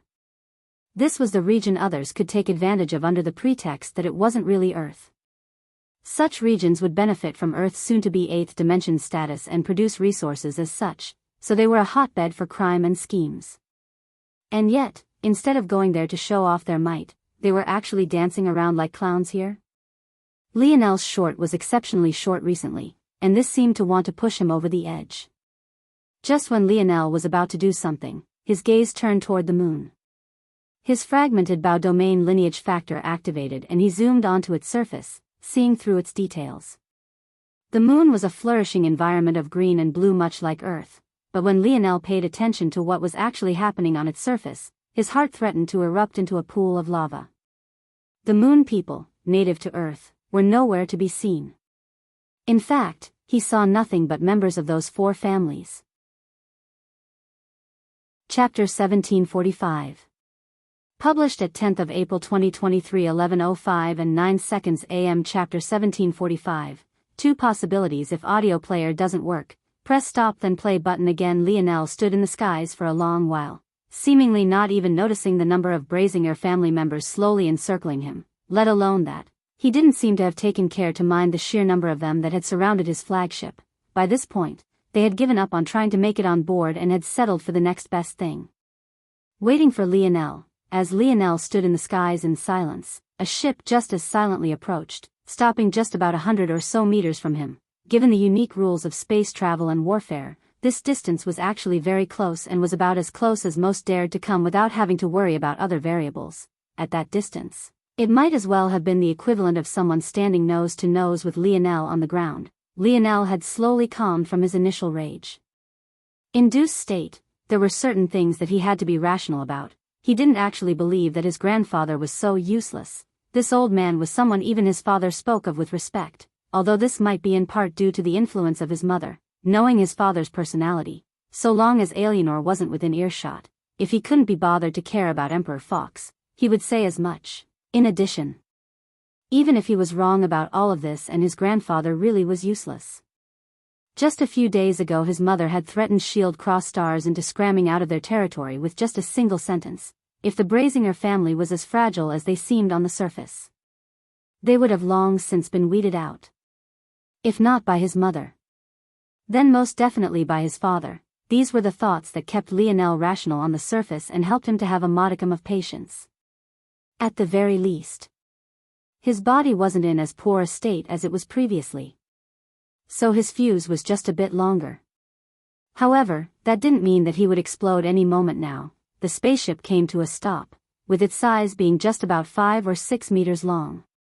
It wasn't very large at all. It reminded him a lot of a small yacht, just barely having enough space for some minor luxuries. At that moment, a man stepped out and looked toward Lionel. You are in the airspace of the Brazinger family. Who you are doesn't matter, under the laws set by the Brazinger clan. You will be detained and your assets will be seized. The man clasped his hands behind his back, exuding a strong and mighty aura. For the first time, Lionel looked toward him. Indeed, there was something odd about the Brazinger family. The momentum of this man wasn't any lesser than a disciple of the Void Palace. In fact, his aura was slightly more robust than even Conan of the Leo family, and that was despite seemingly being only at tier 7, of course. This mattered little to the present Lionel, who had defeated Conan with hardly any effort, but it might matter for a future version of himself.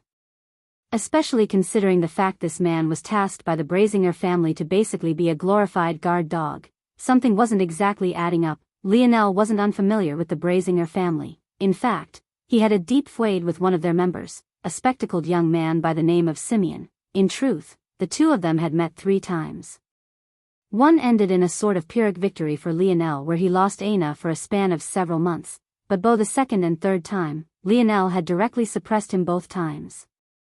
From Lionel's understanding of the situation, Simeon had quite a high status amongst the Brazingers and his ability index was extremely powerful as well. Even beyond that, there was a time where Lionel had met 3 other young men of similar status to Simeon as well, and he had still been able to suppress them all.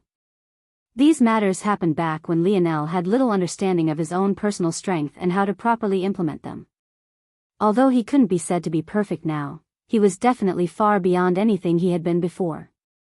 Even if his strength regressed back to the point it was back then, so long as he retained his current knowledge, to say that he would easily be at least 10 times stronger was actually a gross underestimation. This was all to say that Simeon hadn't been impressive at all. Of course, his ability index had a great amount of potential, and Lionel had even had thoughts of stealing it using the silver tablet and little black star, as it would be far better in his hands. But the ultimate truth was that Simeon wasn't all that impressive.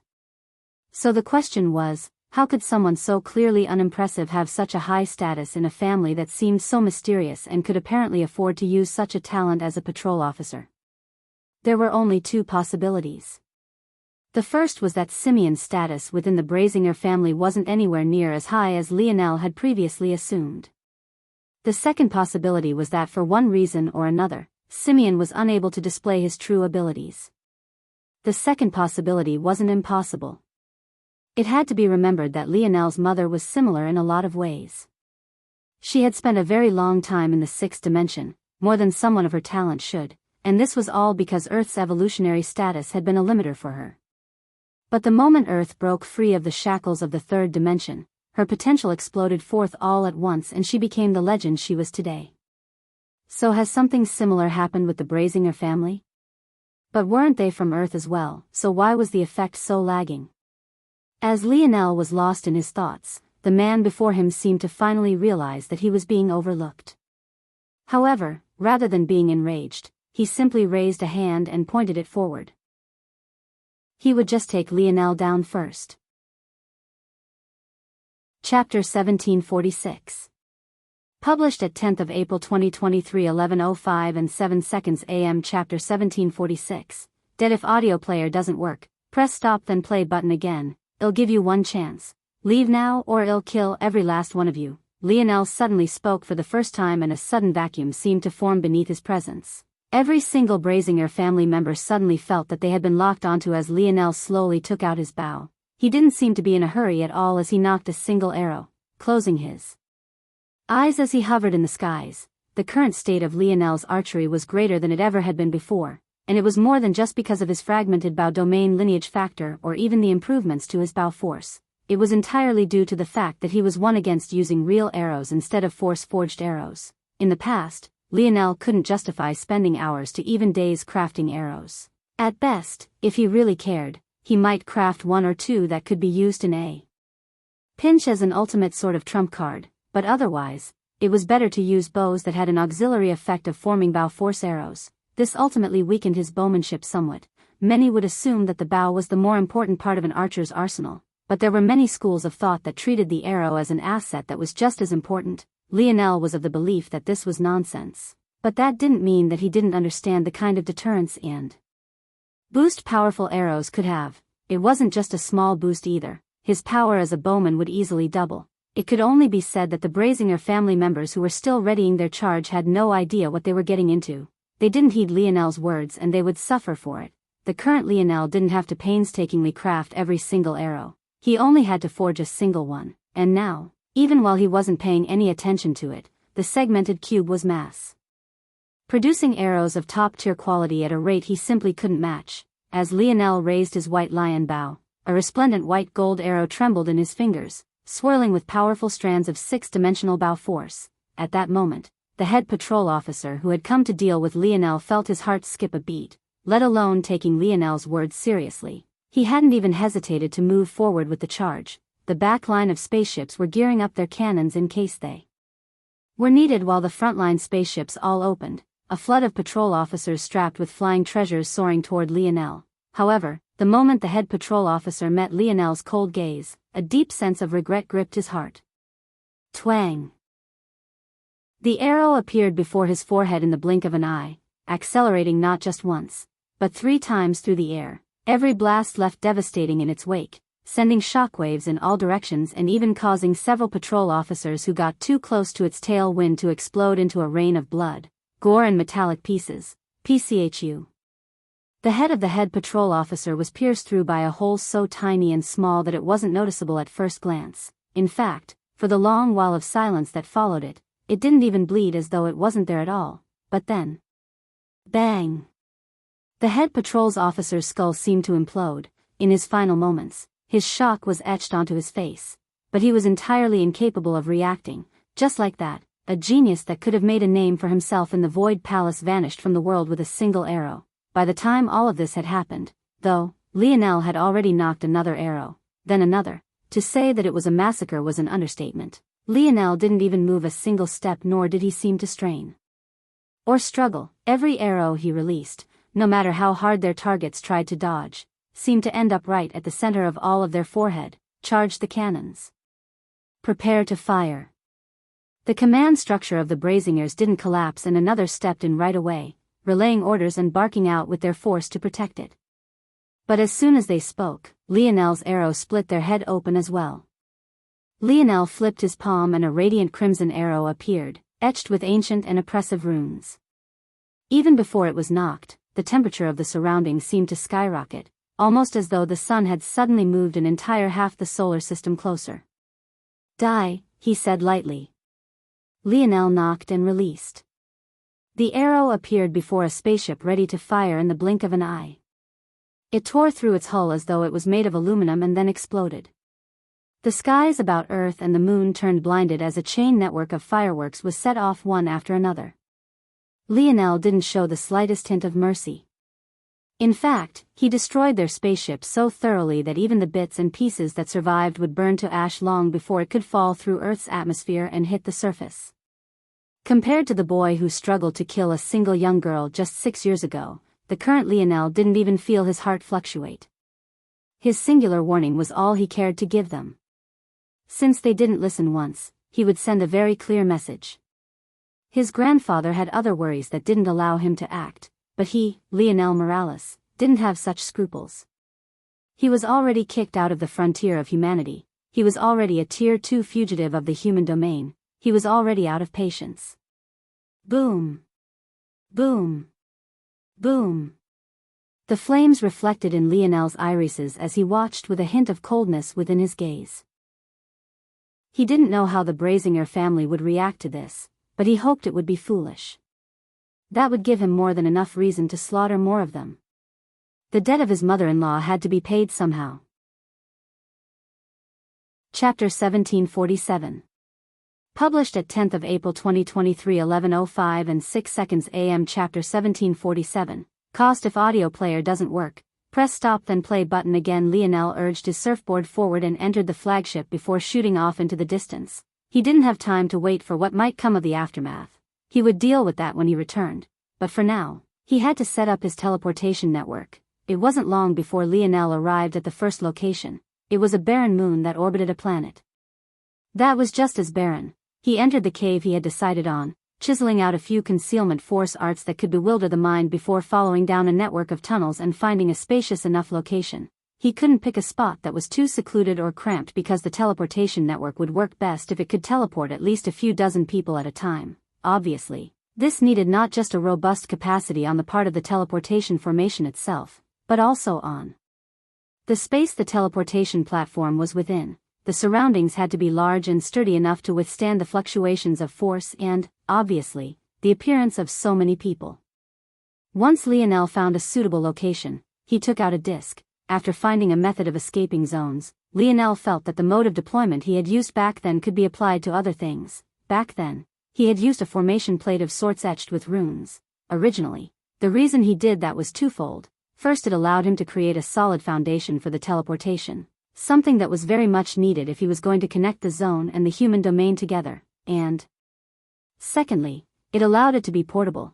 This was very helpful because this meant that Lionel didn't need to waste time finding the perfect area which contained the fluctuations and densities of force he needed. He could just make the area his own.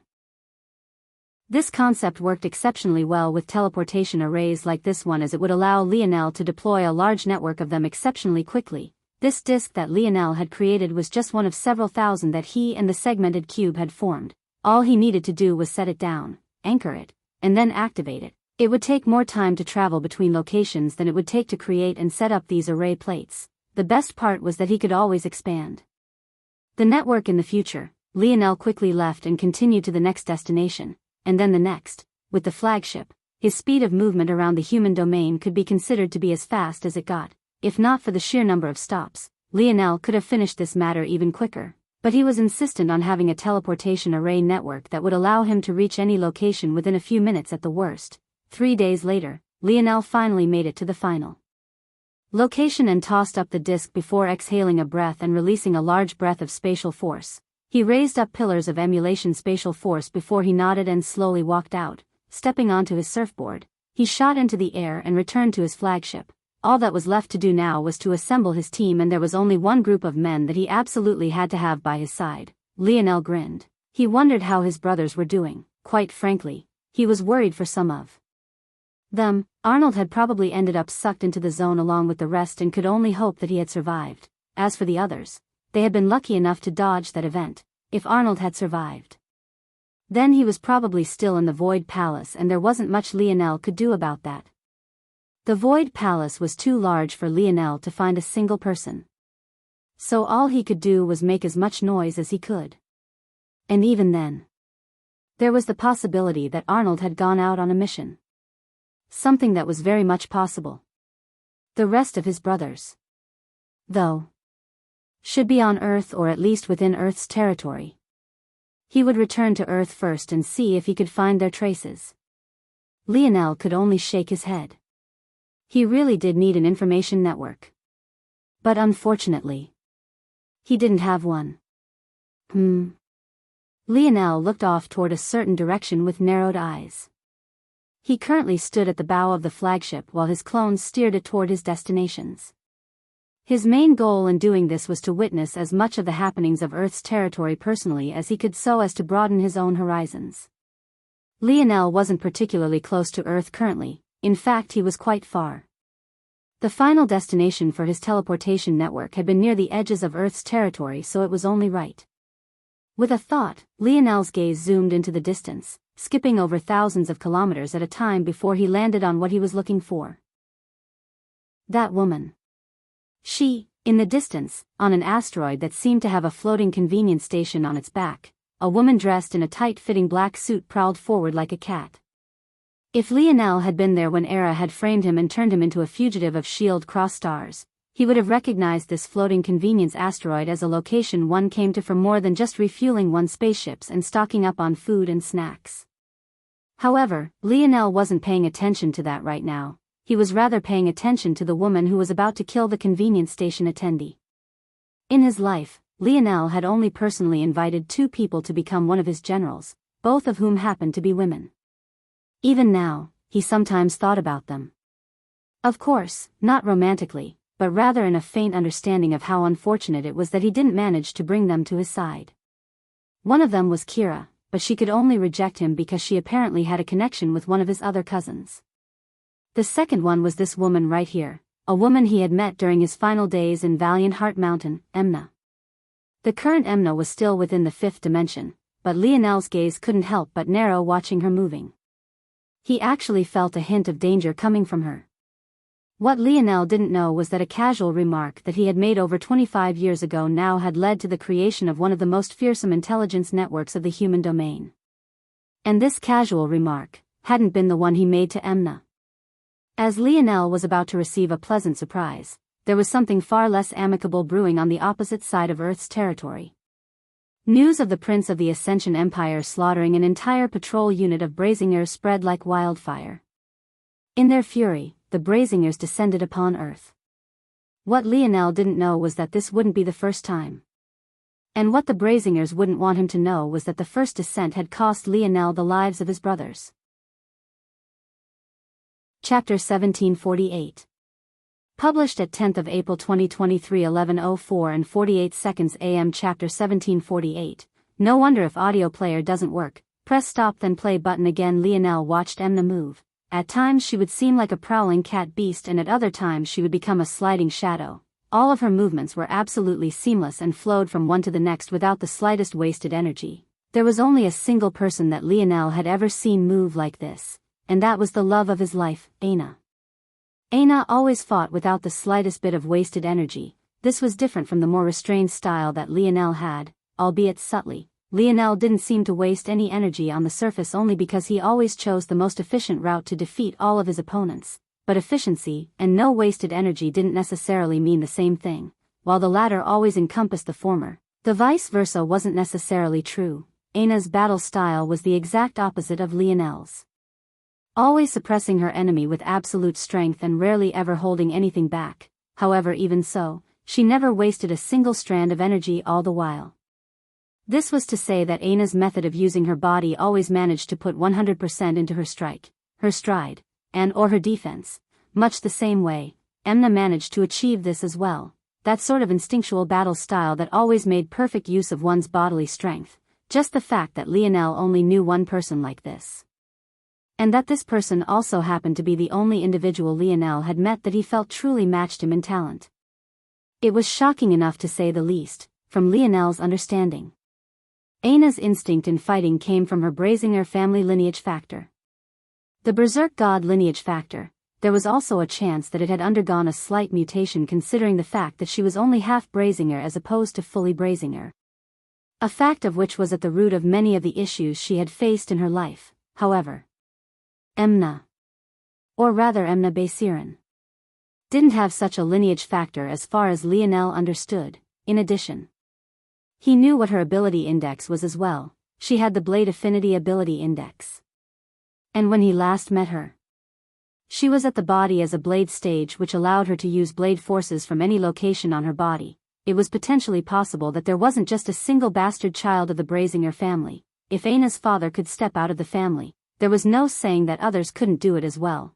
Plus, the fact that she didn't share the Brazinger family name was useless. Aina had always said that she would keep the Brazinger family name until the day they most wanted her to have it, only then would she reject it. This obviously implied that Aina could change her name whenever she pleased.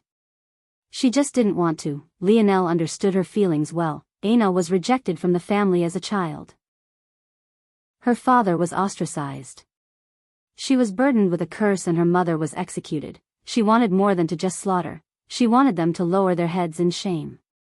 She wanted them to acknowledge that her mother wasn't as useless as they said she was. She wanted them to feel endless regret in their final moments. This was all to say that just because Emna didn't share the family name, didn't mean that she wasn't a Brazinger, as Lionel was lost in thought. Emna made it to the fat old man and attacked with a flash, although Lionel could easily save the big-bellied man, or even just alert him to what was happening, he didn't do so. After separating his soul from his body, and especially after infusing the runes of the Emperor's Might lineage factor's core abilities, Lionel's sensitivity toward things had become a lot sharper. Not only could he apply pressure that found its roots in his demeanor and temperament, he could use it to somewhat see through the demeanors and temperaments of others. Lionel hadn't been able to do this in the past. At the very least he couldn't do it with such absolute assurance, but ever since the Emperor's Might tablet brought him along to perfectly grasp its secrets and integrate with his runes as though he had comprehended them all personally, this passive ability of his became far more active while also becoming more enigmatic. This was to say that Lionel could feel that Emna wasn't acting out of maliciousness. She had come here for a purpose, and she even felt a faint hostility toward the man. At the same time, the big-bellied man had a shroud of shrewdness and subterfuge around him. These weren't things a person manning a normal gas station should have. It was clear that his identity wasn't as simple as it seemed. While others observing this might feel as though Emna was trying to rob the place. Although the station looked shabby, given its location, there was probably a large deposit of funds on it since it wasn't convenient to move them away given how out of the way this place was. However, Lionel saw an assassin about to execute an assignment they felt was important for reasons beyond the monetary compensation they would receive. Suddenly, Emna pounced, her finger piercing forward and shuttling through the throat of the big-bellied man. As expected, her blade affinity was far more potent than the past. In fact, Lionel's gaze flashed. It was no wonder he felt that she was so dangerous. The big-bellied man grabbed at his throat, roaring in fury. Seventh dimension. Lionel's brows shot up. He had been so focused on Emna that he hadn't properly seen through this big-bellied man. No, it was more like this man seemed to have a method of concealment. Emna immediately retreated as the aura of the big-bellied man descended. Without hesitation, Lionel urged the flagship forward, appearing within the asteroid belt in an instant. Chapter 1749. Published at 10th of April 2023 11:04 and 45 seconds AM. Chapter 1749. Big-bellied man. If audio player doesn't work, press stop then play button again. The vitality of a seventh-dimensional existence was exceptional. Even when the seventh-dimensional existence in question had only taken the conventional path to get to their current level of strength. And sometimes especially so. Those that took the conventional path had to temper their bodies twice over, and as such the powerful ones among them would sometimes have this advantage even over those who took the God path. After all, it had to be remembered that not all those who took the conventional path were considered to be weak. Although Emna's strike could be considered enough to kill almost anyone so long as they weren't like Lionel and had their bodies and souls as two separate existences, the problem was how long it would take. A cornered beast was the most dangerous kind of animal, and a seventh-dimensional existence that knew they were going to die was even worse than a cornered beast. Lionel moved fast, but it would still take him 3 seconds to get there, most of the time of which was spent descending from the flagship. Emna realized the problem and retreated immediately, lamenting slightly. But this was already the best that she could do. If she could have aimed for the head instead, she would have done so, but the issue was that the bones of a seventh-dimensional existence were too incredible. Although it looked like she pierced casually through her target's throat, she had actually slipped her blade force through the vulnerable disc of the big-bellied man's spinal cord, making the resistance minimal. And yet, even so, it took her concentrating a great deal of power in her fingertip just to ensure she pierced flesh. It could be said that she was a mad woman. A fifth-dimensional existence assassinating a seventh-dimensional existence may have never happened before in the history of the dimensional verse. And yet here she was about to succeed, but it also seemed that this success would also cost her life. Despite how fast Emna retreated, she could never be faster than a seventh-dimensional existence. The big-bellied man released an infuriated roar, billowing into the skies as though lamenting the fact his life would end like this. Just the wind pressure and sound of the roar alone was enough to burst Emna's eardrums and make her feel as though her brain might turn to slush any moment. Her balance was thrown off and blade force didn't seem to want to respond to her anymore. Her equilibrium was completely out of whack and the perfect efficiency of her movements were thrown out of the window. The big-bellied man smashed a palm downward, to Emna. It looked no different from a descending mountain, just the momentum alone made her knees buckle. Move. The words suddenly echoed in Emna's mind. It was soft and soothing, and somehow also somewhat familiar, but at the same time, they carried an odd sort of power that gave her clarity of mind. She regained control of her body just enough for her to leap out of the way. But even so, the power of the big-bellied man's swipe was too strong. Just the residual impact alone was enough to send her flying into the distance, coughing up several mouthfuls of blood as she felt her entire body nearly collapse. Her bones shattered. Her inner organs were skewered through. And her eyes rolled into the back of her head. A shuddering seizure rippling through her body. She rebounded against the asteroid's face hundreds of meters away. The big-bellied man snapped his neck toward the direction she flew in, seemingly not feeling the pain of his neck being pierced through at all. He was riding an emotional high as the final seconds of his life ticked by. He bent his knees, leaping over with a fierce momentum. He crossed half the distance in just a single bound as though the convenience station didn't have even artificial gravity. However, if he had been conscious of what just happened, despair would grip his heart. If it wasn't for his vitality rapidly draining away. How could he only just so far? If he was in peak condition, even jumping double the distance to Emna in a single bound would have been easy. Still, in his current state, the big-bellied man didn't care. Gathering up his strength and bounding forward again, he appeared in the skies above Emna, casting a shadow over her. Emna's vision was blurry and she could barely see what was happening. She could vaguely feel that a shadow had appeared above her, but she could only hope that it was the shadow of the person that had just saved her. If it wasn't, she would truly be finished. Unfortunately for Emna, she wasn't so lucky. 3 seconds was just too small a time frame to a 7th-dimensional expert. If they really wanted to, even attacking dozens of times within that span was as easy as breathing. Luckily, Lionel didn't need to catch up entirely, he just had to enter rage to effect change. Lionel, who was speeding over with his jet-black surfboard, suddenly raised a hand. Bouncing in the skies like that and falling through the air put the big-bellied man in a compromised position. Activating his emulation spatial force, Lionel thrust at the back of the falling big-bellied man, throwing him off course from his descent onto Emna. Bang! Lionel activated his starry light domain and flickered forward 3 times, finally catching up and appearing above the big-bellied man. A spear appeared in Lionel's palm and he struck outward with an undeniable momentum. The big-bellied man growled and looked upward to meet the strike, but Lionel's gaze flashed. Emperor's gaze. To Lionel's astonishment, however, the big-bellied man reacted as though nothing had happened as he continued to punch upward. Lionel's pupils constricted. This man had a soul protection treasure, and a very good one at that. Bang! Chapter 1750. Published at 10th of April 2023 11:04 and 42 seconds AM. Chapter 1750. I need information. If audio player doesn't work, press stop then play button again. Lionel's arm went numb for a moment and he was pushed back into the skies somewhat. However, at the same time, the big-bellied man nearly fell to his knees, his body growing far too weak to handle the impact. Lionel's gaze flashed and he activated his bronze aura immediately. He hadn't done so before because he was reliant on his Emperor's gaze to finish this in one move, but he made a mental note that he would have to be more careful in the future before he urged his surfboard forward again and struck out once more with a fiercer momentum. Bang! This time, the big-bellied man's retort was even weaker than before and he was forced to his knees, his body shuddering as crimson blood so thick it almost looked black fell from the hole in his neck. A ripple of force dissipated along Lionel's bronze aura as he descended once more, swiftly cutting the big-bellied man's head from his neck. Lionel caught the head in his free palm, his gaze somewhat serious. To think that the difficulty in dealing with a man on his last legs would be so great, of course.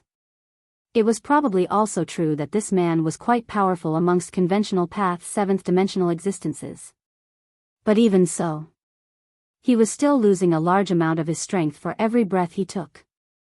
And yet he still managed to repel Lionel. These soul protection treasures are so well hidden and their auras are so restrained.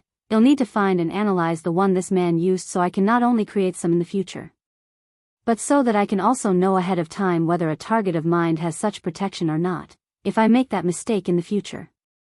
It'll be more than a little troublesome. It wasn't that Lionel was helpless against soul protection treasures. But if he wanted to bypass them, it would also take more preparation. There were tiers within the abilities of Emperor's Might. Especially for an ability as fundamental as Emperor's Gaze. It was just that the lowest level was the quickest to deploy in a pinch. Lionel hesitated for a moment before tossing the corpse and the head into a snow globe and rushing toward Emna, who was most definitely on her last legs. Emna couldn't see straight and she had no idea that she had been saved. The gap between the 5th and 7th dimension was simply far too vast. But she was lucky that she had Lionel by her side. Lionel pressed his hands together and a large amount of vital star force and life force began to emit from him. Even if he didn't do anything else, just being in the proximity of these 6-dimensional forces would be able to bring Emna back from the brink of death. But even so, Lionel still began to draw a force art. This force art was based on the style of Camelot's magic system and it was quite crude since Lionel was formulating it on the spot.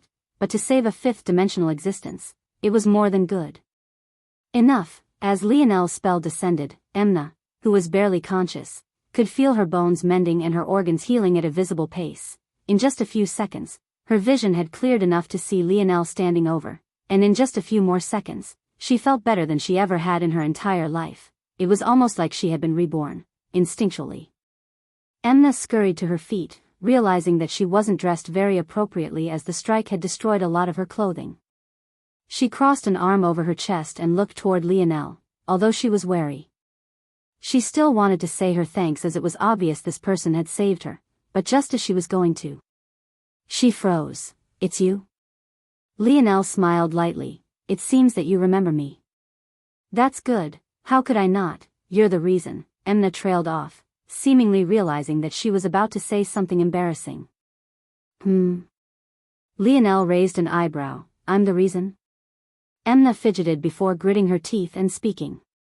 "You're the reason we've all been working so hard." Lionel blinked, feeling quite speechless. He had a small amount of charm, but it definitely wasn't to the point that a woman he had only spoken to once would dedicate the next 20 years of her life to him just off the back of a single conversation, right? And also, who was this "we"? Seeing that Lionel was confused, Emna felt her heart sink slightly. Although she knew that it was a small chance, she had hoped that Lionel would remember them. There was a bit of strife in their organization and many of the malcontent came from the fact that many didn't believe they should be working so hard for a man they hadn't seen in decades. Some even said he wouldn't even appreciate their efforts and that they should just be working for themselves. Of course, although these hit a sore spot, Emna knew the words were bullshit. Those people just wanted to move the organization toward a more selfish place, forgetting the reason they were established in the first place. However, seeing Lionel's reaction now, it was hard for her to not feel a small hint of resentment and even feel that maybe those people had some merit to their words. Suddenly, Lionel's gaze flashed. "Who is your leader?" Lionel suddenly asked. Emna sighed. Although she was disappointed, Lionel had still saved her life. "Is it Raylion and Hephaestus?" Hearing this, Emna's head snapped up to meet Lionel's gaze, a hint of expectation within them. Seeing her face was all Lionel needed. It seemed that he had been correct. Back then, after Valiant Heart Mountain was attacked by the other organizations of their quadrant, they had been forced to disband. In fact, the only reason their disciples survived and were able to escape was because Lionel came back and held the line for them as they did so. As such, the former top disciple of Valiant Heart Mountain, Raylion, wanted to do something to pay Lionel back. But in his pride, he wasn't willing to join Lionel without anything to give. He wasn't more powerful than Lionel, so he couldn't protect the latter. He wasn't richer than Lionel nor did he have a stronger background than Lionel, so he couldn't support the latter. But he had still been determined to do something. Before they left, Lionel remembered saying some casual words that he hadn't thought about even once since then. "I need information," Lionel mumbled the same words that he had said back then. "And I need a lot of it." Raylion hadn't stopped after hearing his words back then, but Lionel could still sense the blazing fire of his will. Lionel suddenly smiled. He couldn't be blamed for not seeing through this immediately. From the beginning, Emna wasn't even a member of Valiant Heart Mountain, she was from a rival organization.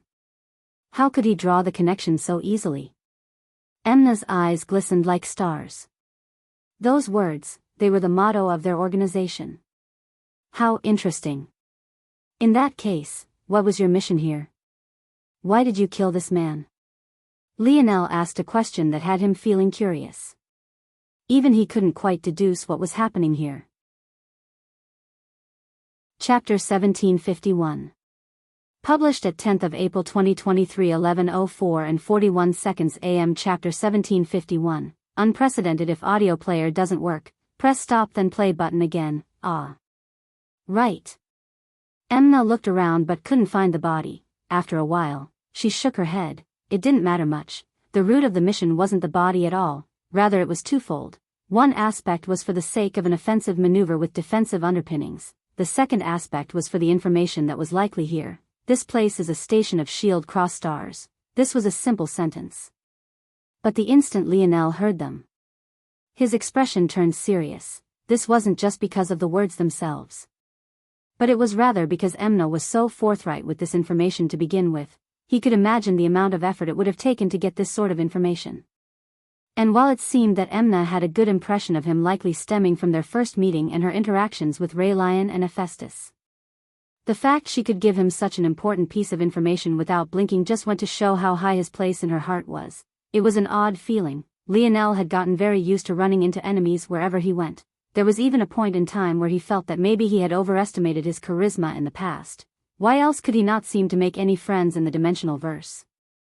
However, Lionel made a mistake a lot of successful people, or just people in general, really. He focused a lot on the bad and didn't spend a lot of time looking toward his back view. While there was a trail of devastation in his wake, there was also a lot of good that he had done. He hadn't seen the light of hope in the eyes of Earth's ministers just a few days ago when he returned. He hadn't seen the joy in the eyes of the citizens of the Ascension Empire when they had heard of his return. He hadn't experienced the relief they felt when he massacred the Brazinger family members in the skies. And these were just the people of Earth. There were still the remaining members of Valiant Heart Mountain whose lives he had saved. And there was still Emna, who had seen him single-handedly take on the Milky Way Guild that day. There were still the Cataclysm Generation geniuses of the Void Palace who appreciated his helping them escape the Rapak's nest. There was still Simona, who cried when he returned to her beast partner. And there would still come a day where the disciples of the Void Palace learned that it was under his actions that their lives had been saved. There would always be people who didn't appreciate his efforts. But not every person could ignore their conscience so easily. There was bad in the world, but there was often good to be found as well, even if the latter was on a smaller scale. Emna had no idea that her simple words had made Lionel smile from the depths of his heart for the first time in a long while. Emna was so caught off guard by the genuine smile that she froze, forgetting the next words that she was going to speak. It took her a long time to recover, and by the time she realized that she had made such a mistake, she could only blush down to her chest. If the others of their organization could see Emna now, they would probably be stunned speechless. This cold beauty actually knew how to blush?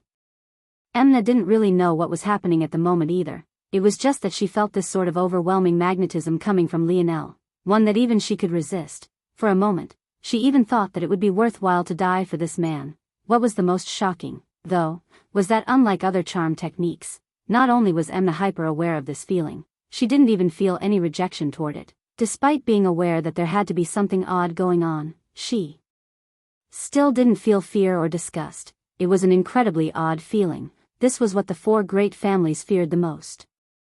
It wasn't Emperor's aura. Nor was it Emperor's gaze. Nor was it any of the Emperor's commandments. It was Emperor's charm. Emperor's charm wasn't a technique of Emperor's might. Rather, it was a passive skill that took root as the soul of the wielder of Emperor's might was continuously cleansed and refined beneath the Emperor runes. The more clear and refined the soul became, the more influence the emotions of the Emperor would have on the world around them. When the Emperor smiled, the stars would sing. When the Emperor was furious, the skies would sunder. Just now, Lionel felt genuinely happy, a happiness that originated from the depths of his soul. Because of his genuineness, the clarity of his soul influenced Emna. If Emperor's charm was in the hands of a scheming individual who hid their thoughts or never allowed themselves to feel genuine emotion, it wasn't too big of a deal. However, if it was in the hands of someone with true charisma, someone who truly cared for the lives of those around him to the point that he would find happiness in just a simple action, that would be the true emperor's might. That was what the four great families feared the most. Most of the time, Lionel's true thoughts hid behind a veil of logic and reasoning. But when they shone through, they shone fiercer than most. When he was enraged, nothing else mattered. When he was happy, he would smile, grin and joke. And often, because he only rarely allowed himself to feel such things, when they did occur, they were far more potent than the emotions of others. It could be said without a doubt that in the hands of Lionel, Emperor's charm would unleash an astonishing might. And, after he had already assimilated one of the three supreme skills of Emperor's might, the clarity of Lionel's soul was unprecedented. Chapter 1752. Published at 10th of April 2023 11:04 and 38 seconds AM. Chapter 1752, so. If audio player doesn't work, press stop then play button again. Lionel seemed to realize what happened and retracted his aura, allowing Emna to finally breathe a sigh of relief. If that feeling was persistent, she had no idea how she would even speak with Lionel for an extended period of time. Her heart might beat out of her chest before she could finish a single sentence. Right. Emna shook her head, not daring to look into Lionel's eyes. This station is under the jurisdiction of Shield Cross Stars. As an organization, they're capable of gathering up a large amount of information, and it's difficult to pin them down on anything. Even after they retreated from Earth's territory, their hooks are still deeply embedded. The goal of this mission was to catch them off guard and maybe see if we can find any clues about finding other stations like this one, after our merger with the former Milky Way Guild. We gained a lot of the information they had on hand and benefited from it. Amongst that information were some of the stations they had been able to unearth over several centuries. But even so, there were only 3. Lionel's gaze flickered. For a long while, the Milky Way Guild had had a monopoly on Earth's home galaxy, but due to this, it was also a convenient target for outside influences. Due to this, Era's father found himself constantly dealing with power struggles. However, it was also due to this that the former guild head had gained a great amount of opportunities as well. The last time Lionel had seen guild head Ovaltine, the latter had just broken into the 6th dimension and turned the tables on the Radix, Midas, Rain, Florer and Umbra families. But it seemed that his schemes ran deeper than even this, considering he knew of a station that existed so far away from the Milky Way galaxy. I see, but isn't Shield Cross Stars the police force of the human domain? Why do you want to target their influence? If the higher-ups of Shield Cross Stars knew that Lionel had actually spoken such words, they might truly cough up blood and fury. Since when did Lionel have respect for Shield Cross Stars and its work? He actually had the cheek to say such a thing while one of their stolen ships loomed over his head. Emna seemed to know that Lionel just wanted to hear her answer. After all, they had already gotten news that Shield Cross Stars was being kicked out of Earth's territory. So how could they be unaware of the events leading up to it? It could only be said that this organization a few words of Lionel's had helped to form wasn't nothing short of impressive. They've been abusing their power for a long time. But it's never been a systemic issue. It was mostly just a few corrupt officers here and there, taking advantage of their station. However, in just the last few days, things have gone from a few bad apples to becoming something far more sinister. Lionel's gaze narrowed. According to our intel, of 10 incidents creeping up in our territory, at least 8 of them are as a direct result of SCS's interference, although none of it is obvious. Their fingerprints are all over the place, and we were able to find out using these 3 unearthed stations as observation points. After we realized what was happening, there was some discussion about which steps to take next. But we were undecided on what to do, with only 3 observation points. There were too many other potential variables, and even our 8 out of 10 assessment was just an extrapolation without solid evidence. So, Emna felt a bit embarrassed when she got to this point in the story. The reality was that she didn't have authorization to come here. Although the idea of her coming had been floated, most had decided that it was far too dangerous. The most powerful individual of their organization was still Guild Head Ovaltine. but even after 20 years, he was still in the sixth dimension, and there was simply no way for him to against a seventh dimensional existence head-on. Emna, with her abilities, probably had the best chance. But, once again, it was far too dangerous. In fact, if not for Lionel's sudden appearance, she would have already lost her life. Just the residual shockwave from a weakened seventh dimensional expert's infuriated strike had left her in a half-dead state and not far from the jaws of death. It was even more accurate to say that she really had died, as she had suffered fatal damage. Just a few more seconds and she wouldn't have been able to hold on any longer. This was all to say that Emna had actually acted on her own, not liking the stalemate they had reached. The internal strife and voices of dissension were getting louder every day, and the original members needed a way to solidify their prestige once again, and the best method to do so would be to prove that Emna could assassinate even a seventh-dimensional existence. If she had succeeded, how many would still dare to talk so much? Even without Emna saying it out loud, just by her demeanor, Lionel could guess most of it. Either way, now that we've succeeded, this is a good opportunity. We can scan the base and see if we can find any information that might help with finding out more news. Lionel nodded. He was on a time crunch right now, as there were at least 3 separate incidents that needed to be shut down as soon as possible, but this matter was very important as well. Without Shield Cross Star's backing, there would be much fewer flare-ups. Let's take a look, then. Lionel and Emna made their way and began to search the convenience station. However, even after several minutes and the use of his starry spirit domain, Lionel couldn't seem to find anything. Chapter 1753. Published at 10th of April 2023, 11:04 and 35 seconds AM. Chapter 1753.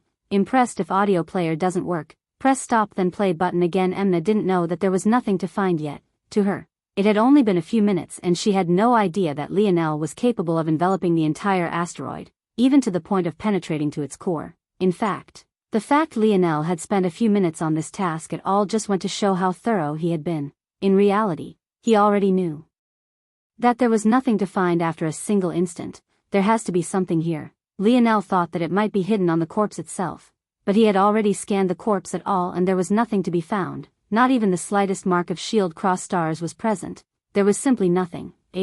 Lionel felt that he had to think outside of the box. The instant he shifted his perspective, something suddenly clicked. With large strides, Lionel crossed the convenience station and entered its outhouse. It was just a small box barely 2 meters tall. Just to step into it, Lionel had to duck, and the smell was absolutely horrid. There was nothing in this place aside from a hole in the ground and a single phone. Lionel snapped his fingers and with a whoosh, a blinding golden light cleansed everything, and he picked up the phone that looked as though it had come right out of Earth's 19th century. After a moment, Lionel's expression flickered and he placed the phone back down.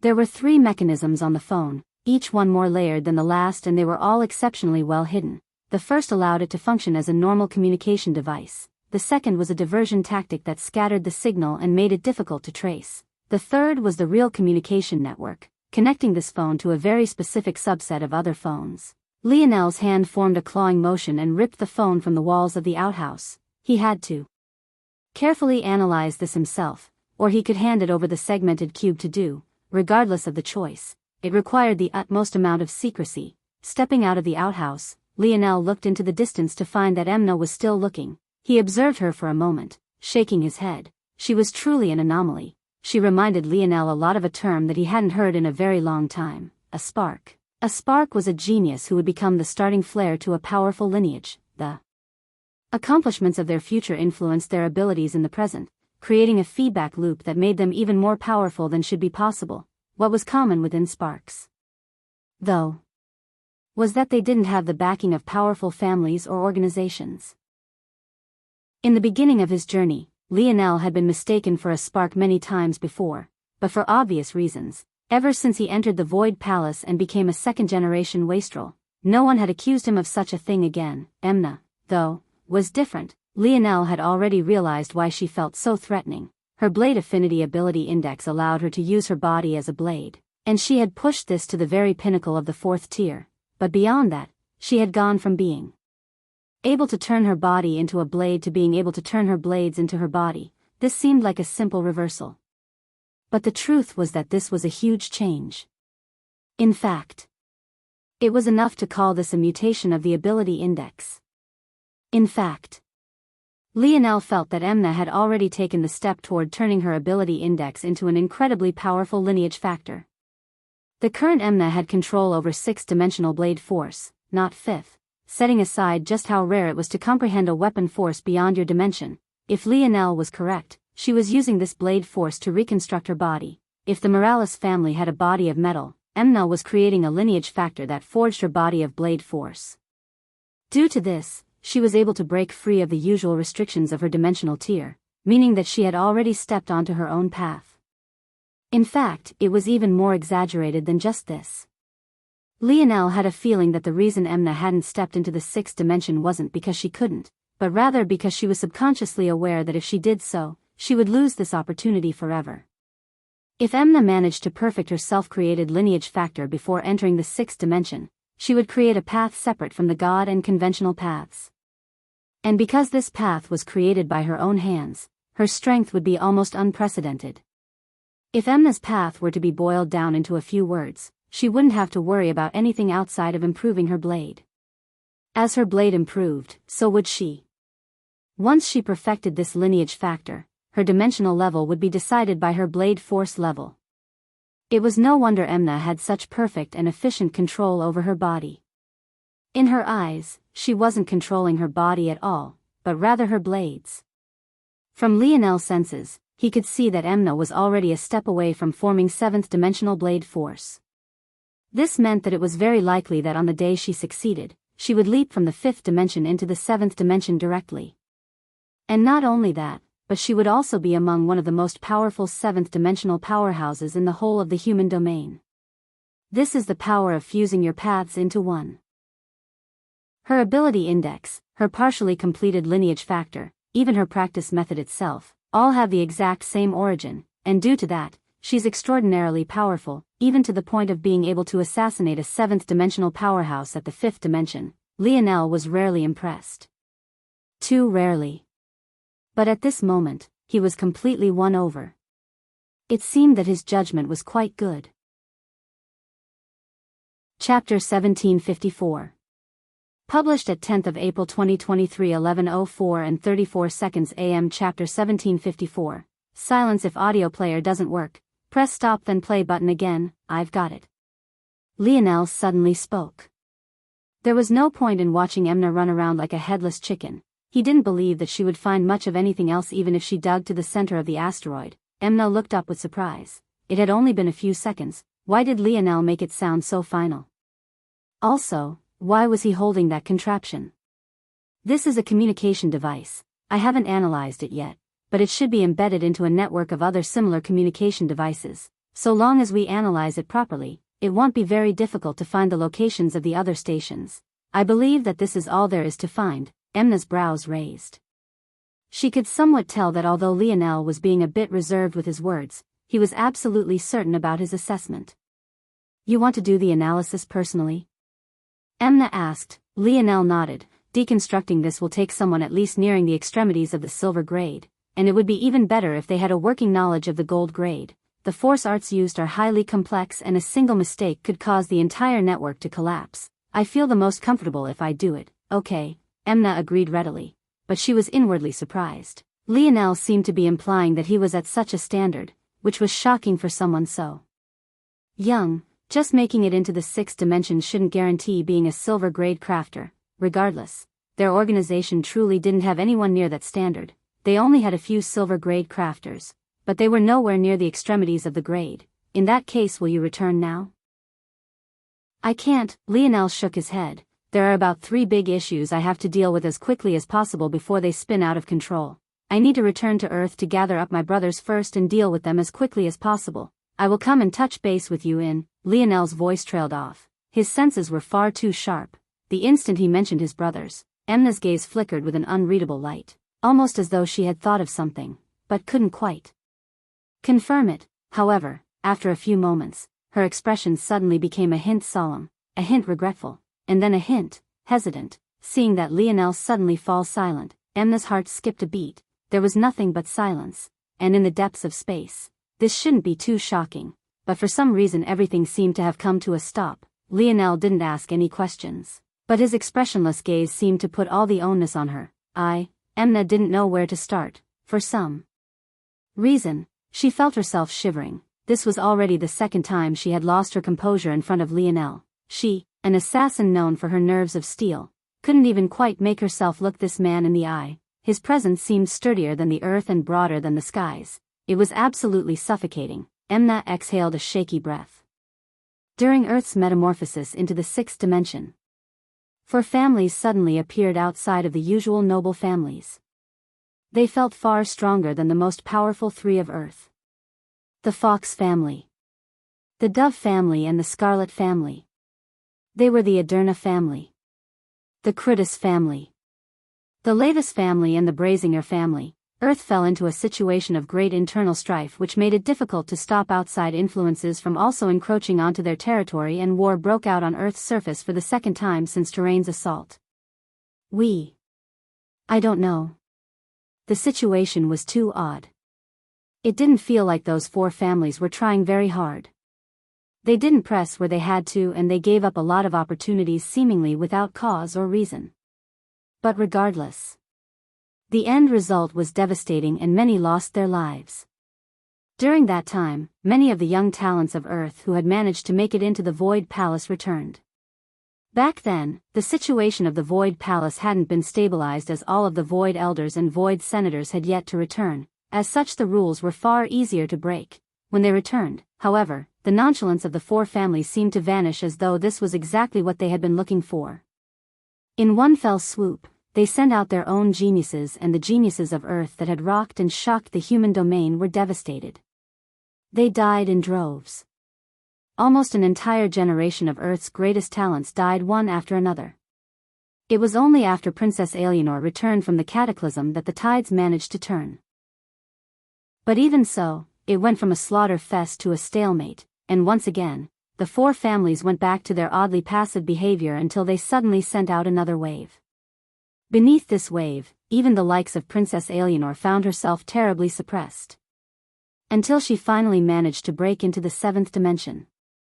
Only then did the situation truly stabilize, and the four families took a step back. Even in doing so, however, they carved out large amounts of Earth's territory for themselves, taking over several planets and even the moon itself. In that war, several of your brothers died. Drake, Milan, Gil, Franco, and Raj. They didn't make it. Lionel didn't say anything from start to finish. Even when Emna was done, he stood in silence, simply closing his eyes. He didn't seem to breathe, as though he had become a standing corpse. His heart didn't beat. The world seemed to lose the ability to interact with him, as though he had stepped into a world completely separate from them. Without a word, Lionel turned and walked away. Emna opened her mouth to say something, but couldn't bring herself to say anything in the end. She had been there when Lionel went against the Milky Way Guild all alone just to not risk implicating his brothers. She knew well how deep their relationship ran. Even though Lionel hadn't said a single word, she knew he was furious. Endlessly furious. Chapter 1755. Published at 10th of April 2023, 11:04 and 31 seconds AM. Chapter 1755. Fury. If audio player doesn't work, press stop then play button again. Mighty auras surrounded Earth.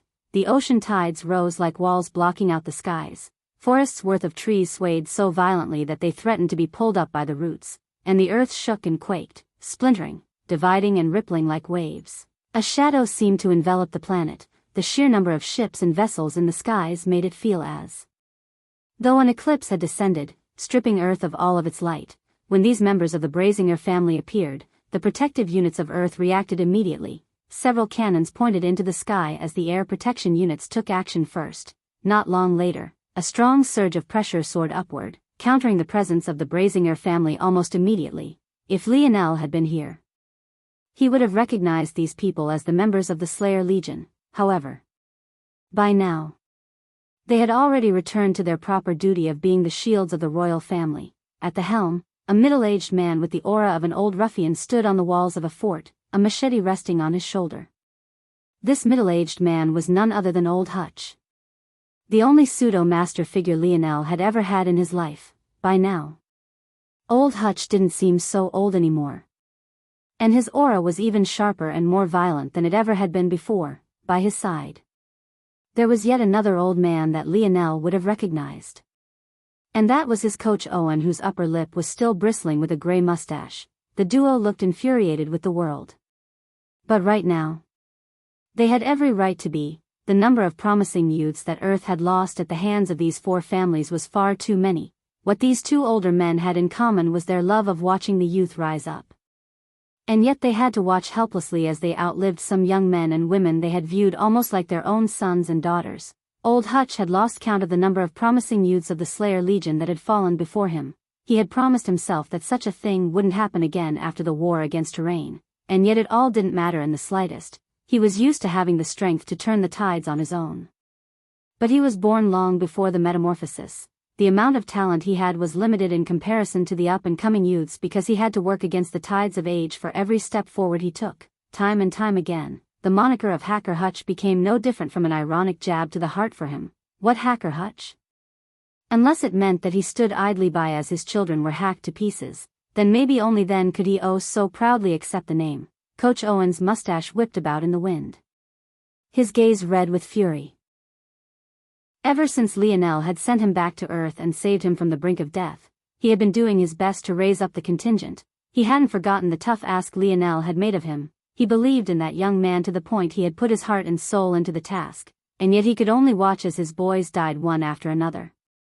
He had been coaching Lionel and the others since they could barely hold a football in their hands. He had watched them grow into men who could carry the weight of the world on their shoulders, only for them to be slaughtered one after another. Even now, he could still remember the final grins on their faces as they breathed their last. He could see the young Drake. Even after a decade, they still called that poor brat a rookie, even though he was maybe more mature than them all. All his life, Drake had had big shoes to fill. As Lionel's backup and the man fated to succeed Lionel, that was a weight he had carried with him, and yet, instead of shirking from the responsibility, he accepted it in silence. His mark on the world seemed so small, and yet it was that small mark, that silence, that made him so strong. He could see Milan's face, that cheery young man who always swore to protect Lionel's front. He was the wall, the first line of defense, a young man who would dig in his heels rather than bend his back. Arnold was a man who never showed any sort of emotion, never deviating from his baseline, but seeing his ball like a little boy when Milan breathed his life was a sound and sight that Coach Owen would never forget. Every time he recalled it, another piece of his heart would shatter. P Alpha D Alpha knew. He could see the face of Gil and Franco, that pair of perverts who always relentlessly butt heads. He remembered their final moments, standing side by side like brothers, neither of them wanting to retreat from the side of the other. Even amidst all their arguments, their bond was maybe among the very strongest in the end. He could see the face of Raj, that big lug who always had some witty to say. He was Lionel's blindside protector, a forever wall, an immovable force. Even in his final moments, he stood tall and sturdy, a silly but sad grin plastered on his face. He roared into the skies, lamenting only the fact that he didn't get the chance to build his harem before he breathed his last. Every time Coach Owen thought of these memories, he wanted to roar into the skies, his fury rising like a tempest. However, when he saw what was in the skies, Coach Owen was so apoplectic with rage that his vision went entirely black, the city walls beneath his feet shattering. Amidst the brazingers, a young man with a group of 8 lenses hovering over a single eye stepped forward. His face didn't seem to have any fury or wrath on it. In fact, he seemed to be distracted by words and numbers flying across his lenses. He stood on a platform of pure black that seemed fused together with black silver sand, absent-mindedly doing something before he seemed to realize where he was. If Lionel was present, he would recognize this young man as Simeon, the very first true member of the Brazinger family he had ever met. However, if Lionel had been present, he wouldn't have been looking at Simeon at all. Rather, he would have been looking at the 2 young men who hovered beneath him, seemingly holding up his platform. On one side, there was a large young man, standing at over 7 feet tall and with a belly as round as a globe. His skin was a nice brown color, however his gaze seemed dull and lifeless. On the other side was an unassuming young man of slim stature and somewhat handsome features. He seemed reserved and he would be difficult to pick out in a crowd, but his gaze was likewise dull and lifeless. Anyone could see the large young man had been used to form that platform while the other young man was used to carry and control the platform. Together, they moved it smoothly and without issue, moving like a pair of obedient servants. These two young men were none other than Raj and Drake. Chapter 1756. Published at 10th of April 2023 11:04 and 30 seconds AM. Chapter 1756. Ball of fire. If audio player doesn't work, press stop then play button again. After a long while, Simeon seemed to finally remember where he was and he snapped out of his thoughts, casually looking down toward the fort beneath him. Despite the fact firepower capable of blasting the moon to pieces was trained on him, his expression didn't flicker even a single time. Simeon's hands clapped close in the air as though he was closing an invisible book. Everything about his actions were casual and unhurried. Where's your emperor? Why has he not come out to see me yet? Simeon's words were soft but they spread with an insuppressible might. He didn't seem to take Emperor Fox seriously at all, directly asking him to make his presence known. Fury surged in the hearts of the citizens of Earth. Emperor Fox was a god in all of their hearts. The prestige he had built up from the third-dimensional realms into the seventh-dimensional realms was incomparably solid. As much as the people also had Lionel in their hearts, erasing hundreds of years of near worship in just a handful of years was impossible. In addition, as far as everyone else saw it, Lionel's accomplishments, and Noah's for the matter, were only right. After all, how could Emperor Fox have inferior grandchildren? Every time they accomplished something mighty, it was actually only bolstering Emperor Fox in the eyes of the people. As a result, in return for his words, Simeon only received nothing but silence. However, this sort of silence was harmonious in its symphony. Billions of gazes looked into the skies, their expressions just the same. Simeon suddenly sneered, "A collection of ants. Since your emperor refuses to give me an explanation for the slaughter of my people, then that makes this matter even simpler. A debt of blood must be repaid with blood. Wipe out half the population of Earth and imprison the other half.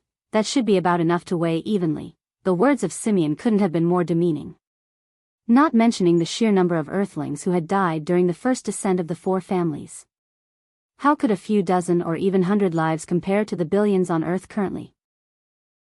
In the decades Lionel had been gone, the main priority of the Ascension Empire was to increase the population of Earth, which had been whittled to strikingly few after the metamorphosis. To increase from a population of just millions to billions in just a few decades sounded ridiculous, and truly it was. However, under a shocking change, the people of Terrain who should have taken 5 generations to become true citizens of Earth only took a single one under some mysterious power. Of course, this mysterious power was bestowed by Emperor Fox himself, which was also a large part of the reason the citizens of Earth were so respectful of him. The people of Terrain thought that they would be forced to be enslaved for generations before they got a chance. Some of the more pessimistic among them thought that this was all a lie and they would never gain such a chance. But in a twist of fate, they could see with their own eyes as their children rose up to become paragons and young elites of the human race. Just like this, the vast majority of the former people of Terrain wholeheartedly embraced Earth as their home. From the very beginning, it was not their choice to wage war against Earth. It had always been the choice of a few families and organizations. The rewards gained would have never been their own to begin with. But now, their thoughts had long since strayed from Terrain. That barren place wasn't their home. This was their home. They too had fought in the war against the four families. They too had watched their youths die one after another. They too felt the styling hatred as they stared up into the skies. So when Simeon's voice descended, their fury rose up like a tempest, seemingly wanting to shred Simeon to pieces with nothing more than their eyes. But even so, with a casual glance, Simeon waved a hand toward the warriors to his back. Without fail, each of them exuded mighty and unprecedented auras. Their strengths caused even the air to quake. However, before they could take action, there was a sudden change atop the blooming ascension tree. A mighty golden light shot into the skies. Simeon's sneer returned. "Now your emperor wants to appear? It's far too late for that. Maybe if the mighty Emperor Fox falls to his knees, I might consider reducing the punishment by 10%. The pillar of light shot into the skies, tearing through the clouds and appearing tall and proud. When the lights cleared, Simeon's sneer paused. At that moment, it became clear that it wasn't Emperor Fox at all, but rather a young man wielding a saber easily twice the length of his body. Despite not having a flying treasure, he stood in the skies as easily as though it was the earth. With just a single glance, every person of Earth recognized this young man. This was none other than their prince, Noah Fox. Noah stood in the air with a violent look in his eyes. He was a man that rarely showed any sort of emotion at all, but hearing the piercing words about the man he respected most, his grandfather, the murderous intent in Noah's heart had reached its absolute peak. Even so, when he saw the state of Raj and Drake's corpses, a fiendish green radiance burst from his body, causing the skies to dark and the clouds to accumulate. Simeon's frozen sneer became an expressionless gaze soon after, his raised hand continuing to descend and point forward. A mere prince of this backwater place? Who the hell cared if he was infuriated? The warriors of the Brazinger family charged forward. What no one expected was that the moment war was about to descend, the situation would change entirely. All sound vanished and the world seemed to lose its color. All those who looked into the skies could see a blinding ray of white light thousands of kilometers across. It was brighter than even the sun itself, burning its image into the minds of all those who saw it. The moment the beam appeared, it collided with the moon and a void seemed to form.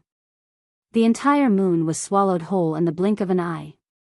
When the beam vanished, there was no lush greenery or gorgeous blue oceans any longer, there was only a land of black and ash, burnt to a crisp with a single strike. The moon, its resources, its people, had all been eradicated in a breath. The temperature of Earth began to slowly rise as though a second sun had appeared in the skies, the wild flames pulsing at the hearts of all those who laid eyes on it. When the people of the Brazinger family turned back, they couldn't help but freeze in absolute silence. In the skies, a shadow seemed to walk out from those flames, the darkness around him entirely conspicuous as a moon-sized ball of fire flickered to his back. Chapter 1757. Published at 10th of April 2023 11:04 and 29 seconds AM. Chapter 1757. Wreathed in blood. If audio player doesn't work, press stop then play button again. The figure was nothing more than a speck of dust in comparison to the size of the moon. And yet as he walked forward, it felt as though the moon had lit itself on fire to herald his appearance. The sound of billions of heartbeats beating in unison began to drum across the skies. The entire world seemed to resonate with the footsteps of this young man as he took one step after another. Despite his seemingly slow pace, he crossed countless kilometers with every stride, and by the time he had come close enough for his features to be differentiable from the blazing moon to his back, the shock that took hold of those watching him was enough to stop their hearts entirely. Lionel slowly walked through the skies, his gaze frighteningly cold and his lips pinched into a line. Wisps of red fog came from his eyes, his breath and his hair, the menacing stench of blood rising into the skies. He looked as though he had just crawled out from his own coffin. A ghastly wound stretched from his left chest down to his right hip, showing off glistening bronze pieces of his ribcage and inner organs. His left arm hung from his shoulder socket by just a few tendons and ligaments. His clothing was nowhere to be seen and he walked completely in the nude. Seemingly oblivious to this fact entirely, it truly seemed as though that he just might collapse at any moment, so why were they feeling such fear? The ghastly black rod in Lionel's right hand billowed with fiendish fog as dark as night. It suddenly trembled, forcing the amorphous fog to sharp and become a twin pair of menacing curved blades that found their home at the end of the rod. Lionel didn't speak a single word. He didn't roar in rage. He didn't tremble in anger. He didn't even seem to be able to see the people around him. His gaze was cold, but entirely unfocused, as though he saw right through everything around him. And then, his foot raised and he took another step forward. Bang! Lionel's dangling left shoulder merely glanced by the body of a Brazinger family member, and yet they erupted into a ball of flames before bursting into a shower of blood that was quickly incinerated to ash. This person didn't even get the chance to scream or holler. They were simply eviscerated. At that exact instant, a spaceship that happened to be beneath Lionel's feet was suddenly enveloped by an illusory box formed of spatial force, before its pilot and crew could even try to maneuver out of it. The box collapsed to a tenth of its original size, squashing them into junk metal. Lionel exhaled just a single breath, seemingly finally breathing for the first time. But just that single breath caused sparks to light in the air. The heat was too much for those in the surrounding 10 meters of him to handle, and they caught on fire. Tragic screams finally broke the silence, and many woke up to the fact that just a single step of Lionel seemed to be like the call of the Grim Reaper. Rumble. Lionel stepped into Earth's atmosphere for the first time, and the world changed. All around, the pristine white clouds rumbled, gathering together and forming enormous behemoth-like monstrosities that thundered with enough force to make the grounds quake and mountains collapse. When the Emperor was furious, the skies would sunder. At that moment, above Lionel's head, the void trembled and an ancient scroll appeared. It radiated a blinding golden light, outshining even the moon blazing to his back. The ancient scroll slowly unfurled, the blinding light it exuded only becoming ever more so. The moment it unfurled completely, surges of lightning coursed through the air, pulsing with golden, green and radiant royal blue arcs. Emperor's Edict. The ancient characters of the Golden Edict rose like a tempest, enveloping the hundreds of kilometers. All those of the Brazinger family. This was the first time Lionel spoke since he appeared. The instant he did, he seemed to conjure the phantom of a malevolent ghost draped in the robes of withering black. Die. The words fell and the world shuddered. The skies whined and gods lamented. The spirits of life shed tears and wraiths of death laughed uproariously. One after another. Almost every single member of the Brazinger family within the range of Lionel's edict suddenly trembled. Their gazes turning blank as they fell one after another. Their ships began to fall from the skies and their flying treasures wheeled out of control. Horror was painted on the faces of the Brazinger family members outside of the barrier as it quickly approached them, seemingly wanting to envelop the entire world.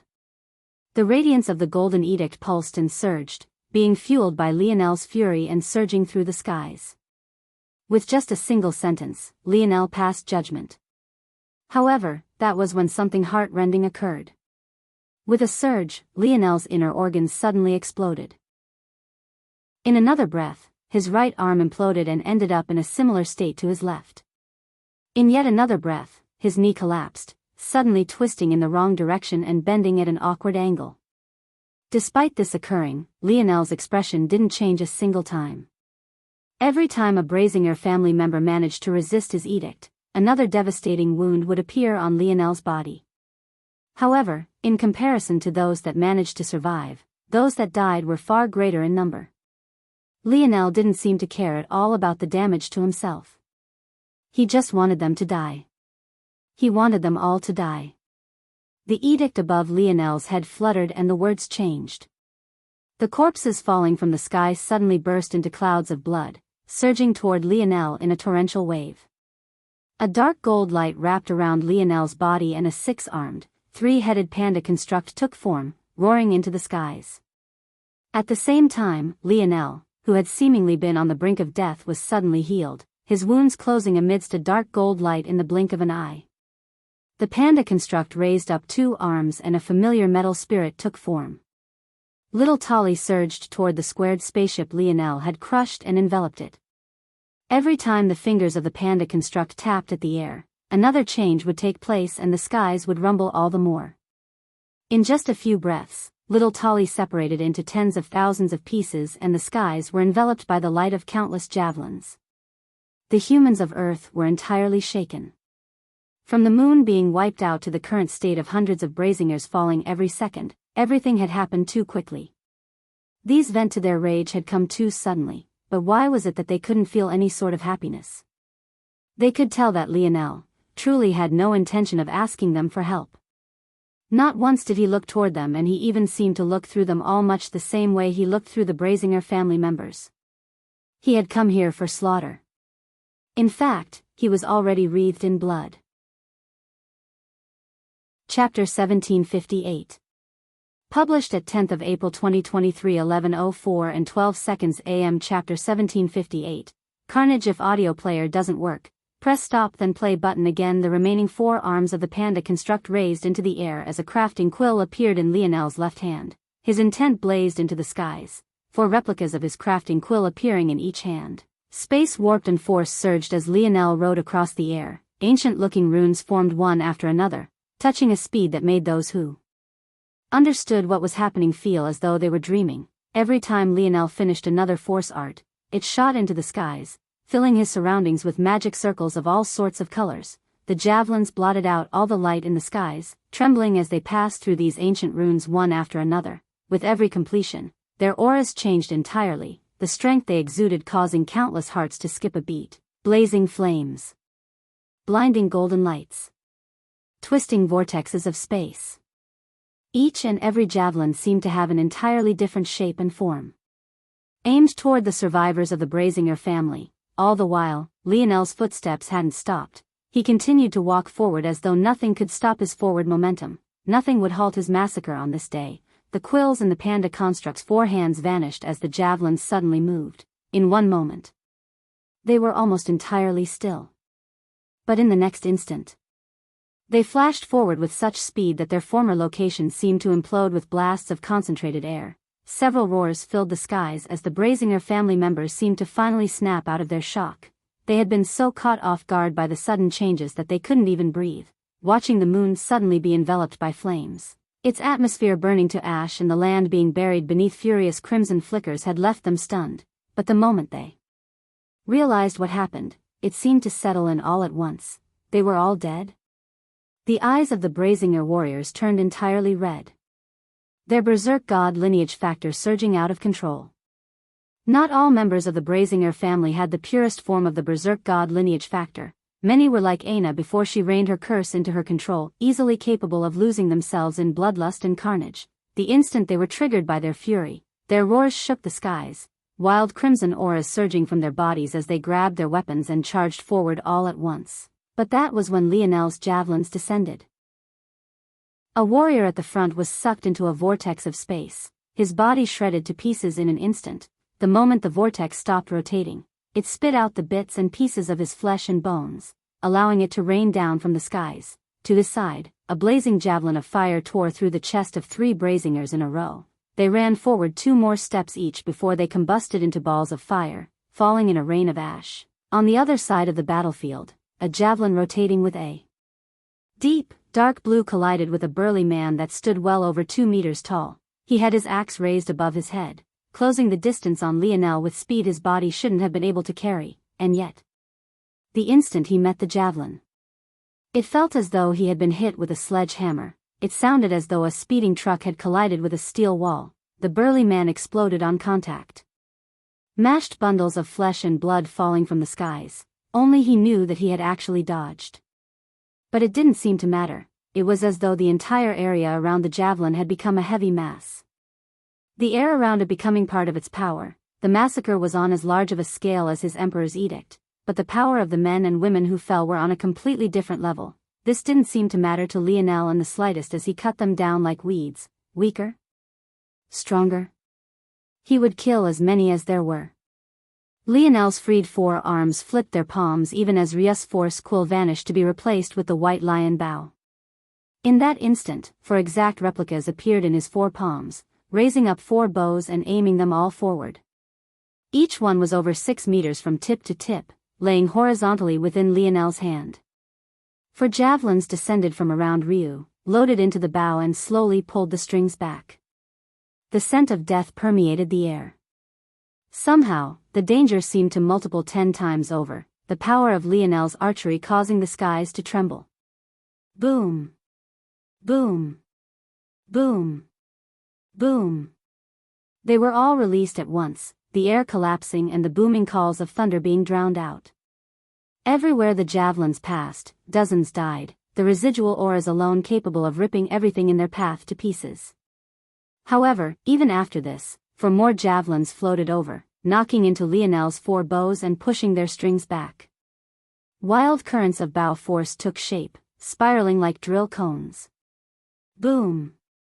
Boom! Boom! Boom! Lionel alone became like an artillery unit. With every step, dozens would die. Never once did he slow or pause. It was as though his feet were carrying him toward a certain location. He was no different from a god of carnage. Not the slightest fluctuation could be seen in his eyes. his indifference and coldness shining through like a chilly wind that licked across the back of their necks. That's enough. Booming voices of fury layered atop of one another. 4 young geniuses shot forward, 2 men and 2 women.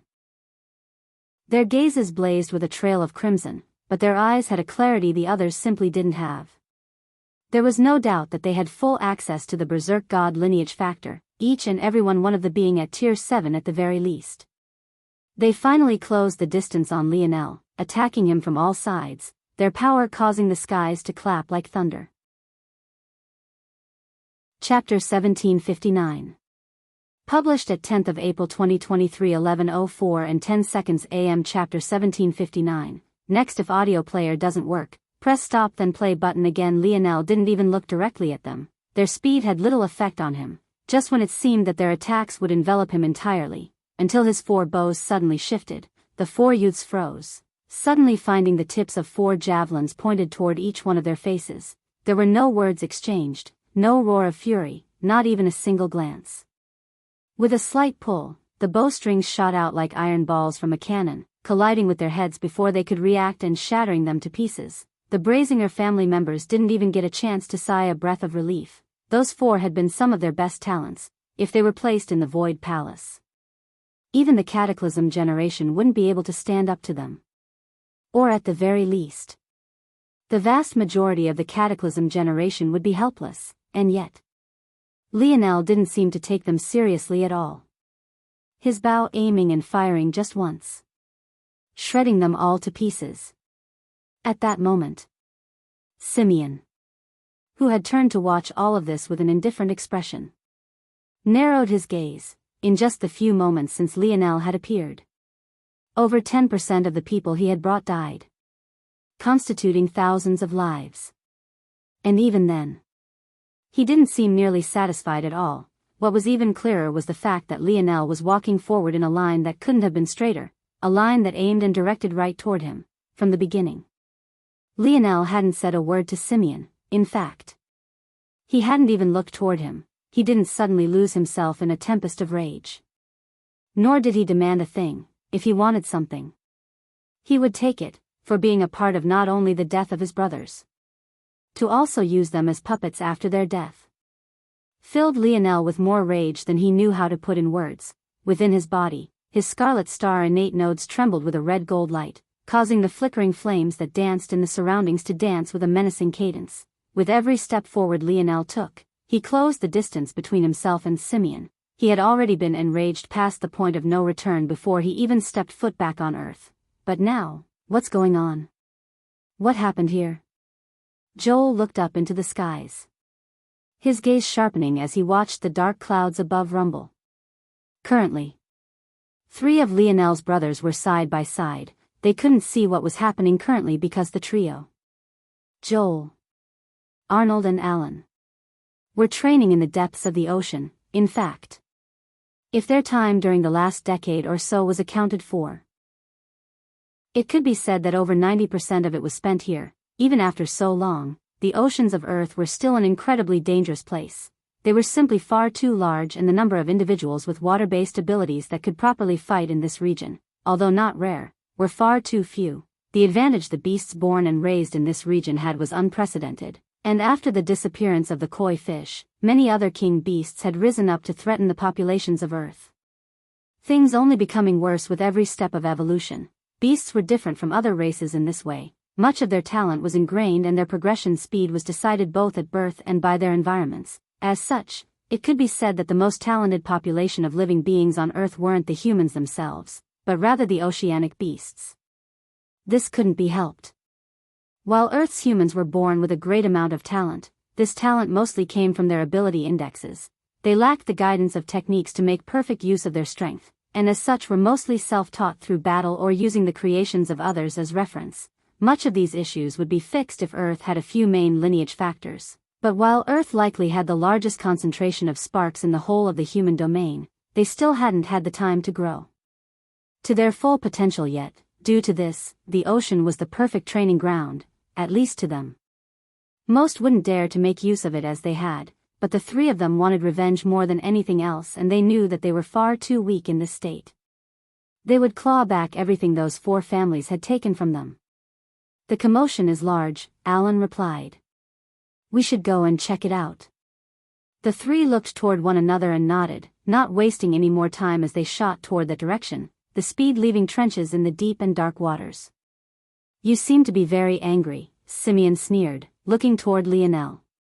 It seemed obvious that there wouldn't be anyone here capable of stopping Lionel from closing in the final distance. No matter what talents were thrown at him, Lionel slaughtered them all. He didn't seem to know fatigue. He didn't tire, he didn't rest, he didn't even seem to be breathing heavily. His force was like an endless abyss. Simeon's sneer darkened when he saw that Lionel had no intention of responding before his expression returned to normal, his sneer even deepening. Fine. I'll show you what true helplessness looks like. I'll let you see that before me, you were never worth anything at all. Boom. The platform beneath Simeon shuddered and the knees of Raj and Drake uncontrollably bent in the skies as Simeon's aura could rise. Simeon's crimson hair fluttered wildly, his red eyes piercing through the veil as Raj and Drake prostrated, holding up the platform on their hands and knees. The towering presence of a 7th-dimensional expert tore a hole through the dark clouds. You want to defeat me with just this level of strength? Even if you were in the 7th dimension I wouldn't fear you, let alone now. You have no idea the kind of monster you're poking at. Do you think the blood running through your veins can match up to even a single % of mine? The Brazinger family, the Aderna family, the Lavis family, the Critus family. These are all unfathomable existences you cannot possibly begin to comprehend. At that moment, Lionel finally seemed to look at Simeon. For the first time, he didn't just look through him, he looked right into the very depths of his soul. It was such a shudderingly cold look that Simeon felt his soul freeze over entirely, his body stopping in place and his next words being caught in his throat. And then, Lionel's lips slowly parted. Aderna. Lavis. Critus. I've already destroyed them all.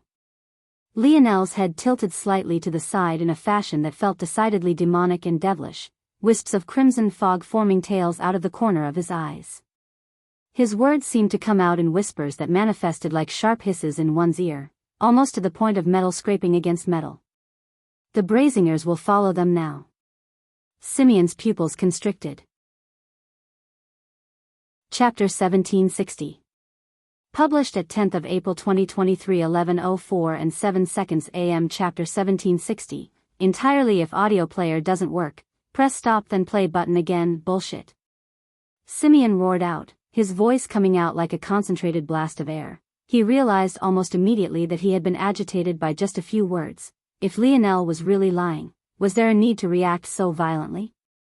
His expression turned ugly, the concentrated breath of air that came from his roar falling into complete silence when it reached Lionel. It was as though they were standing in 2 completely different worlds. Simeon had thought a lot about how this day would go.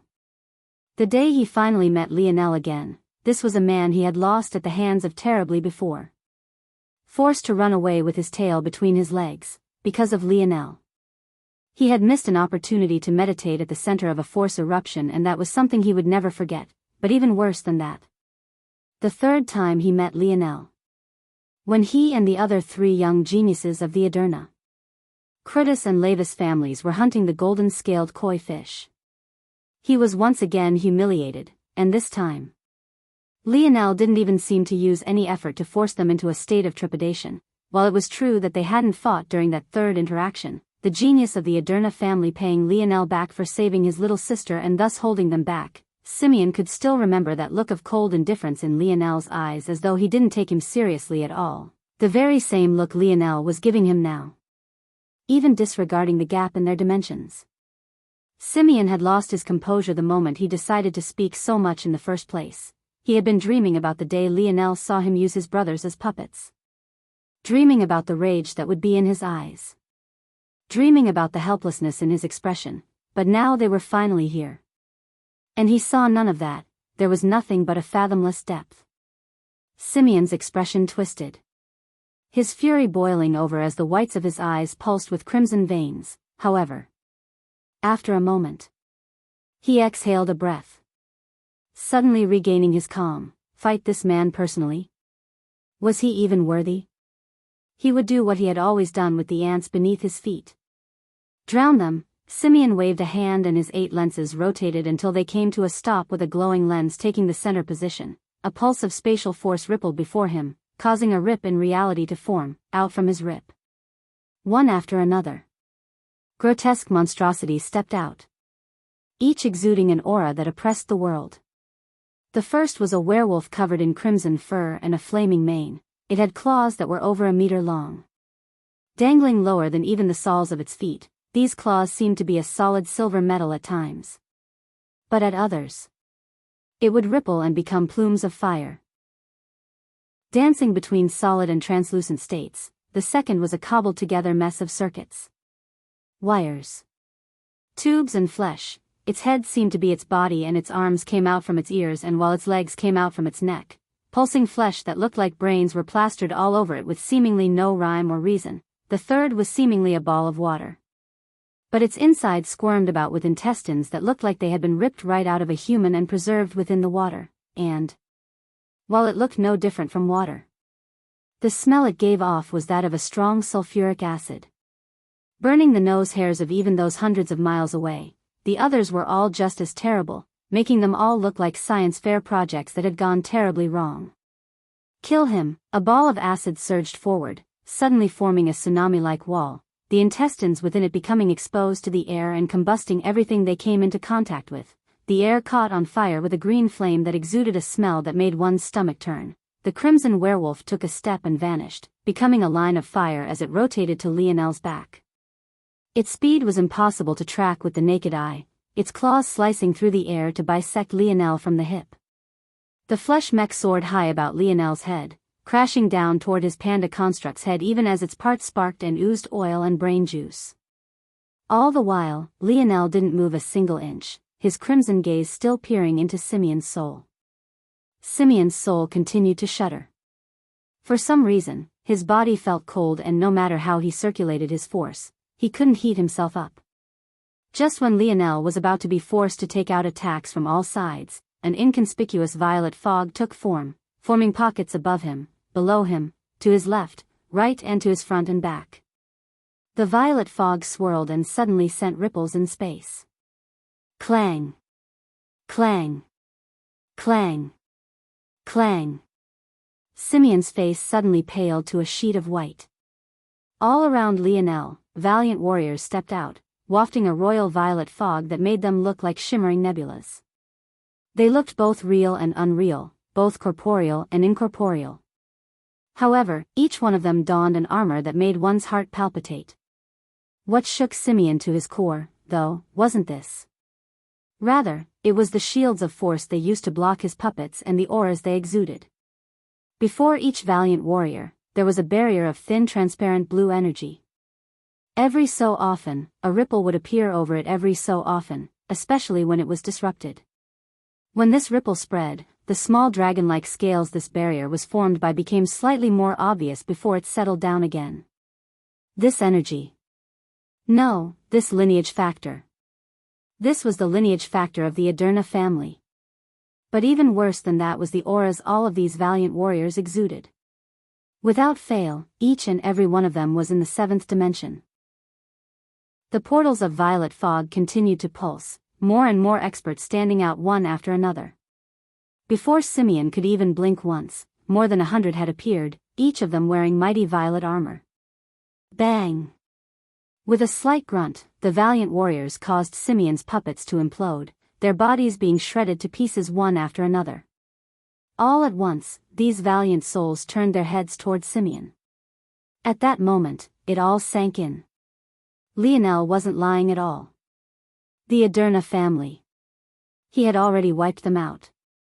Not only had he wiped them out, he snatched their souls from the afterlife to do battle for him.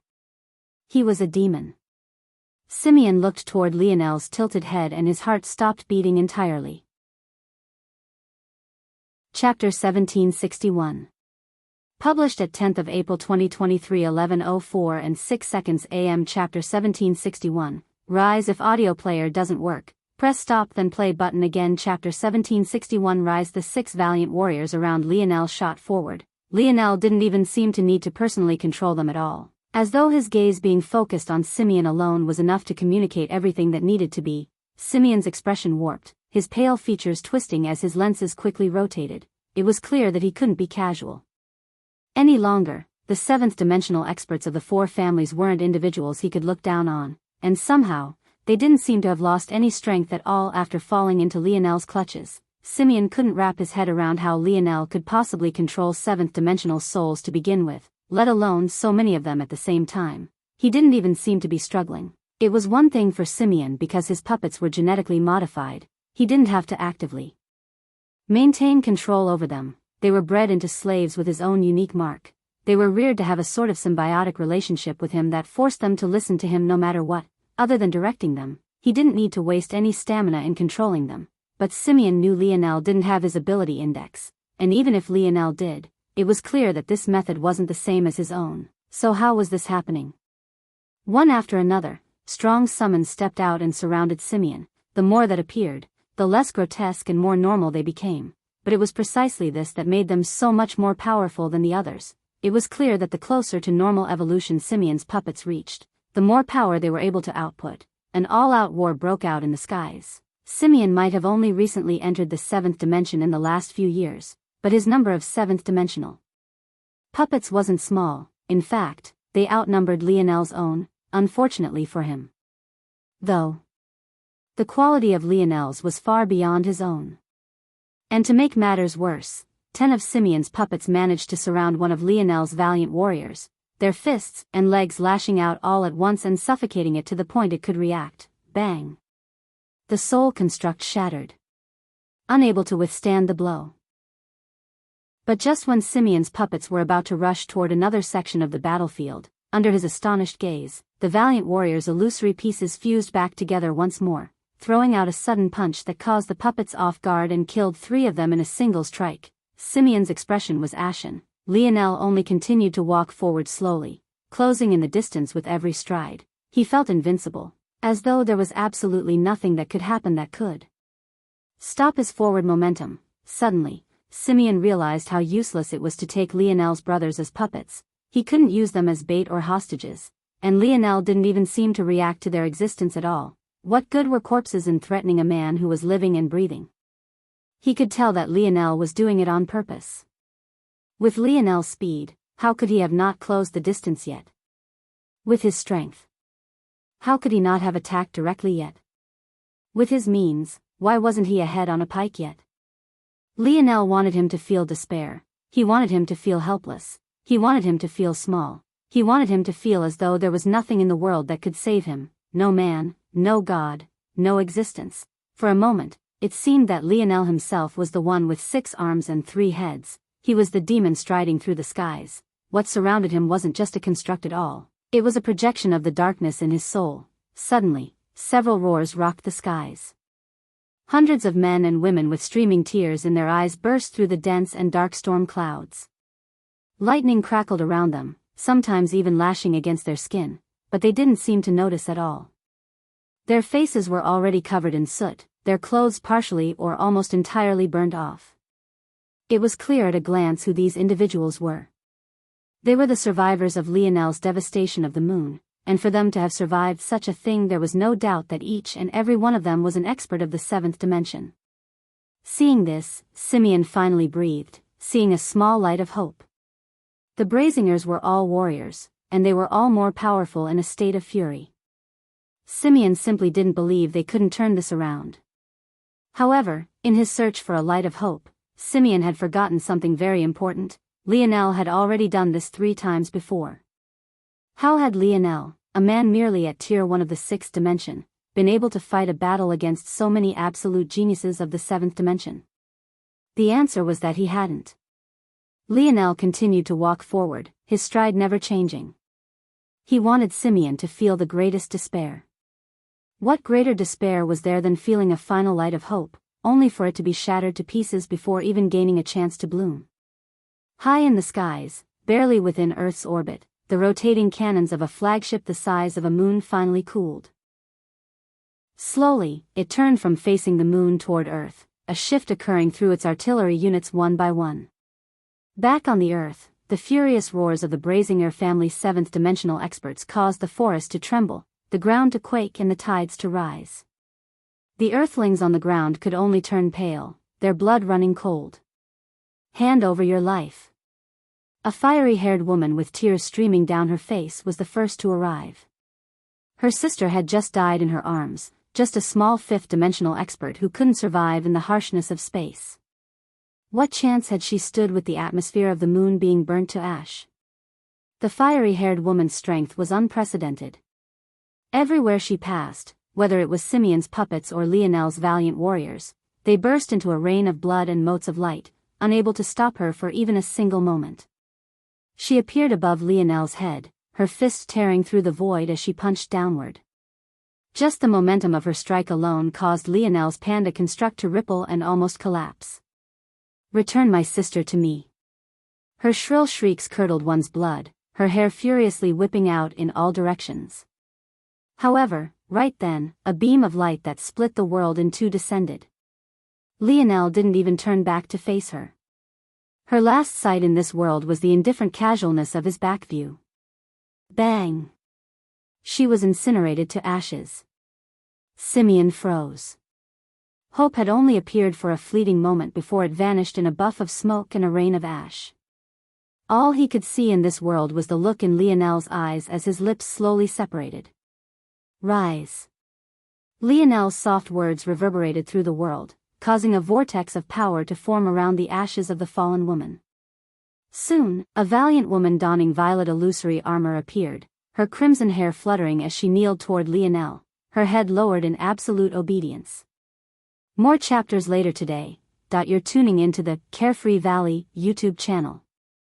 Don't forget to subscribe and join us on this journey to catch the most captivating stories.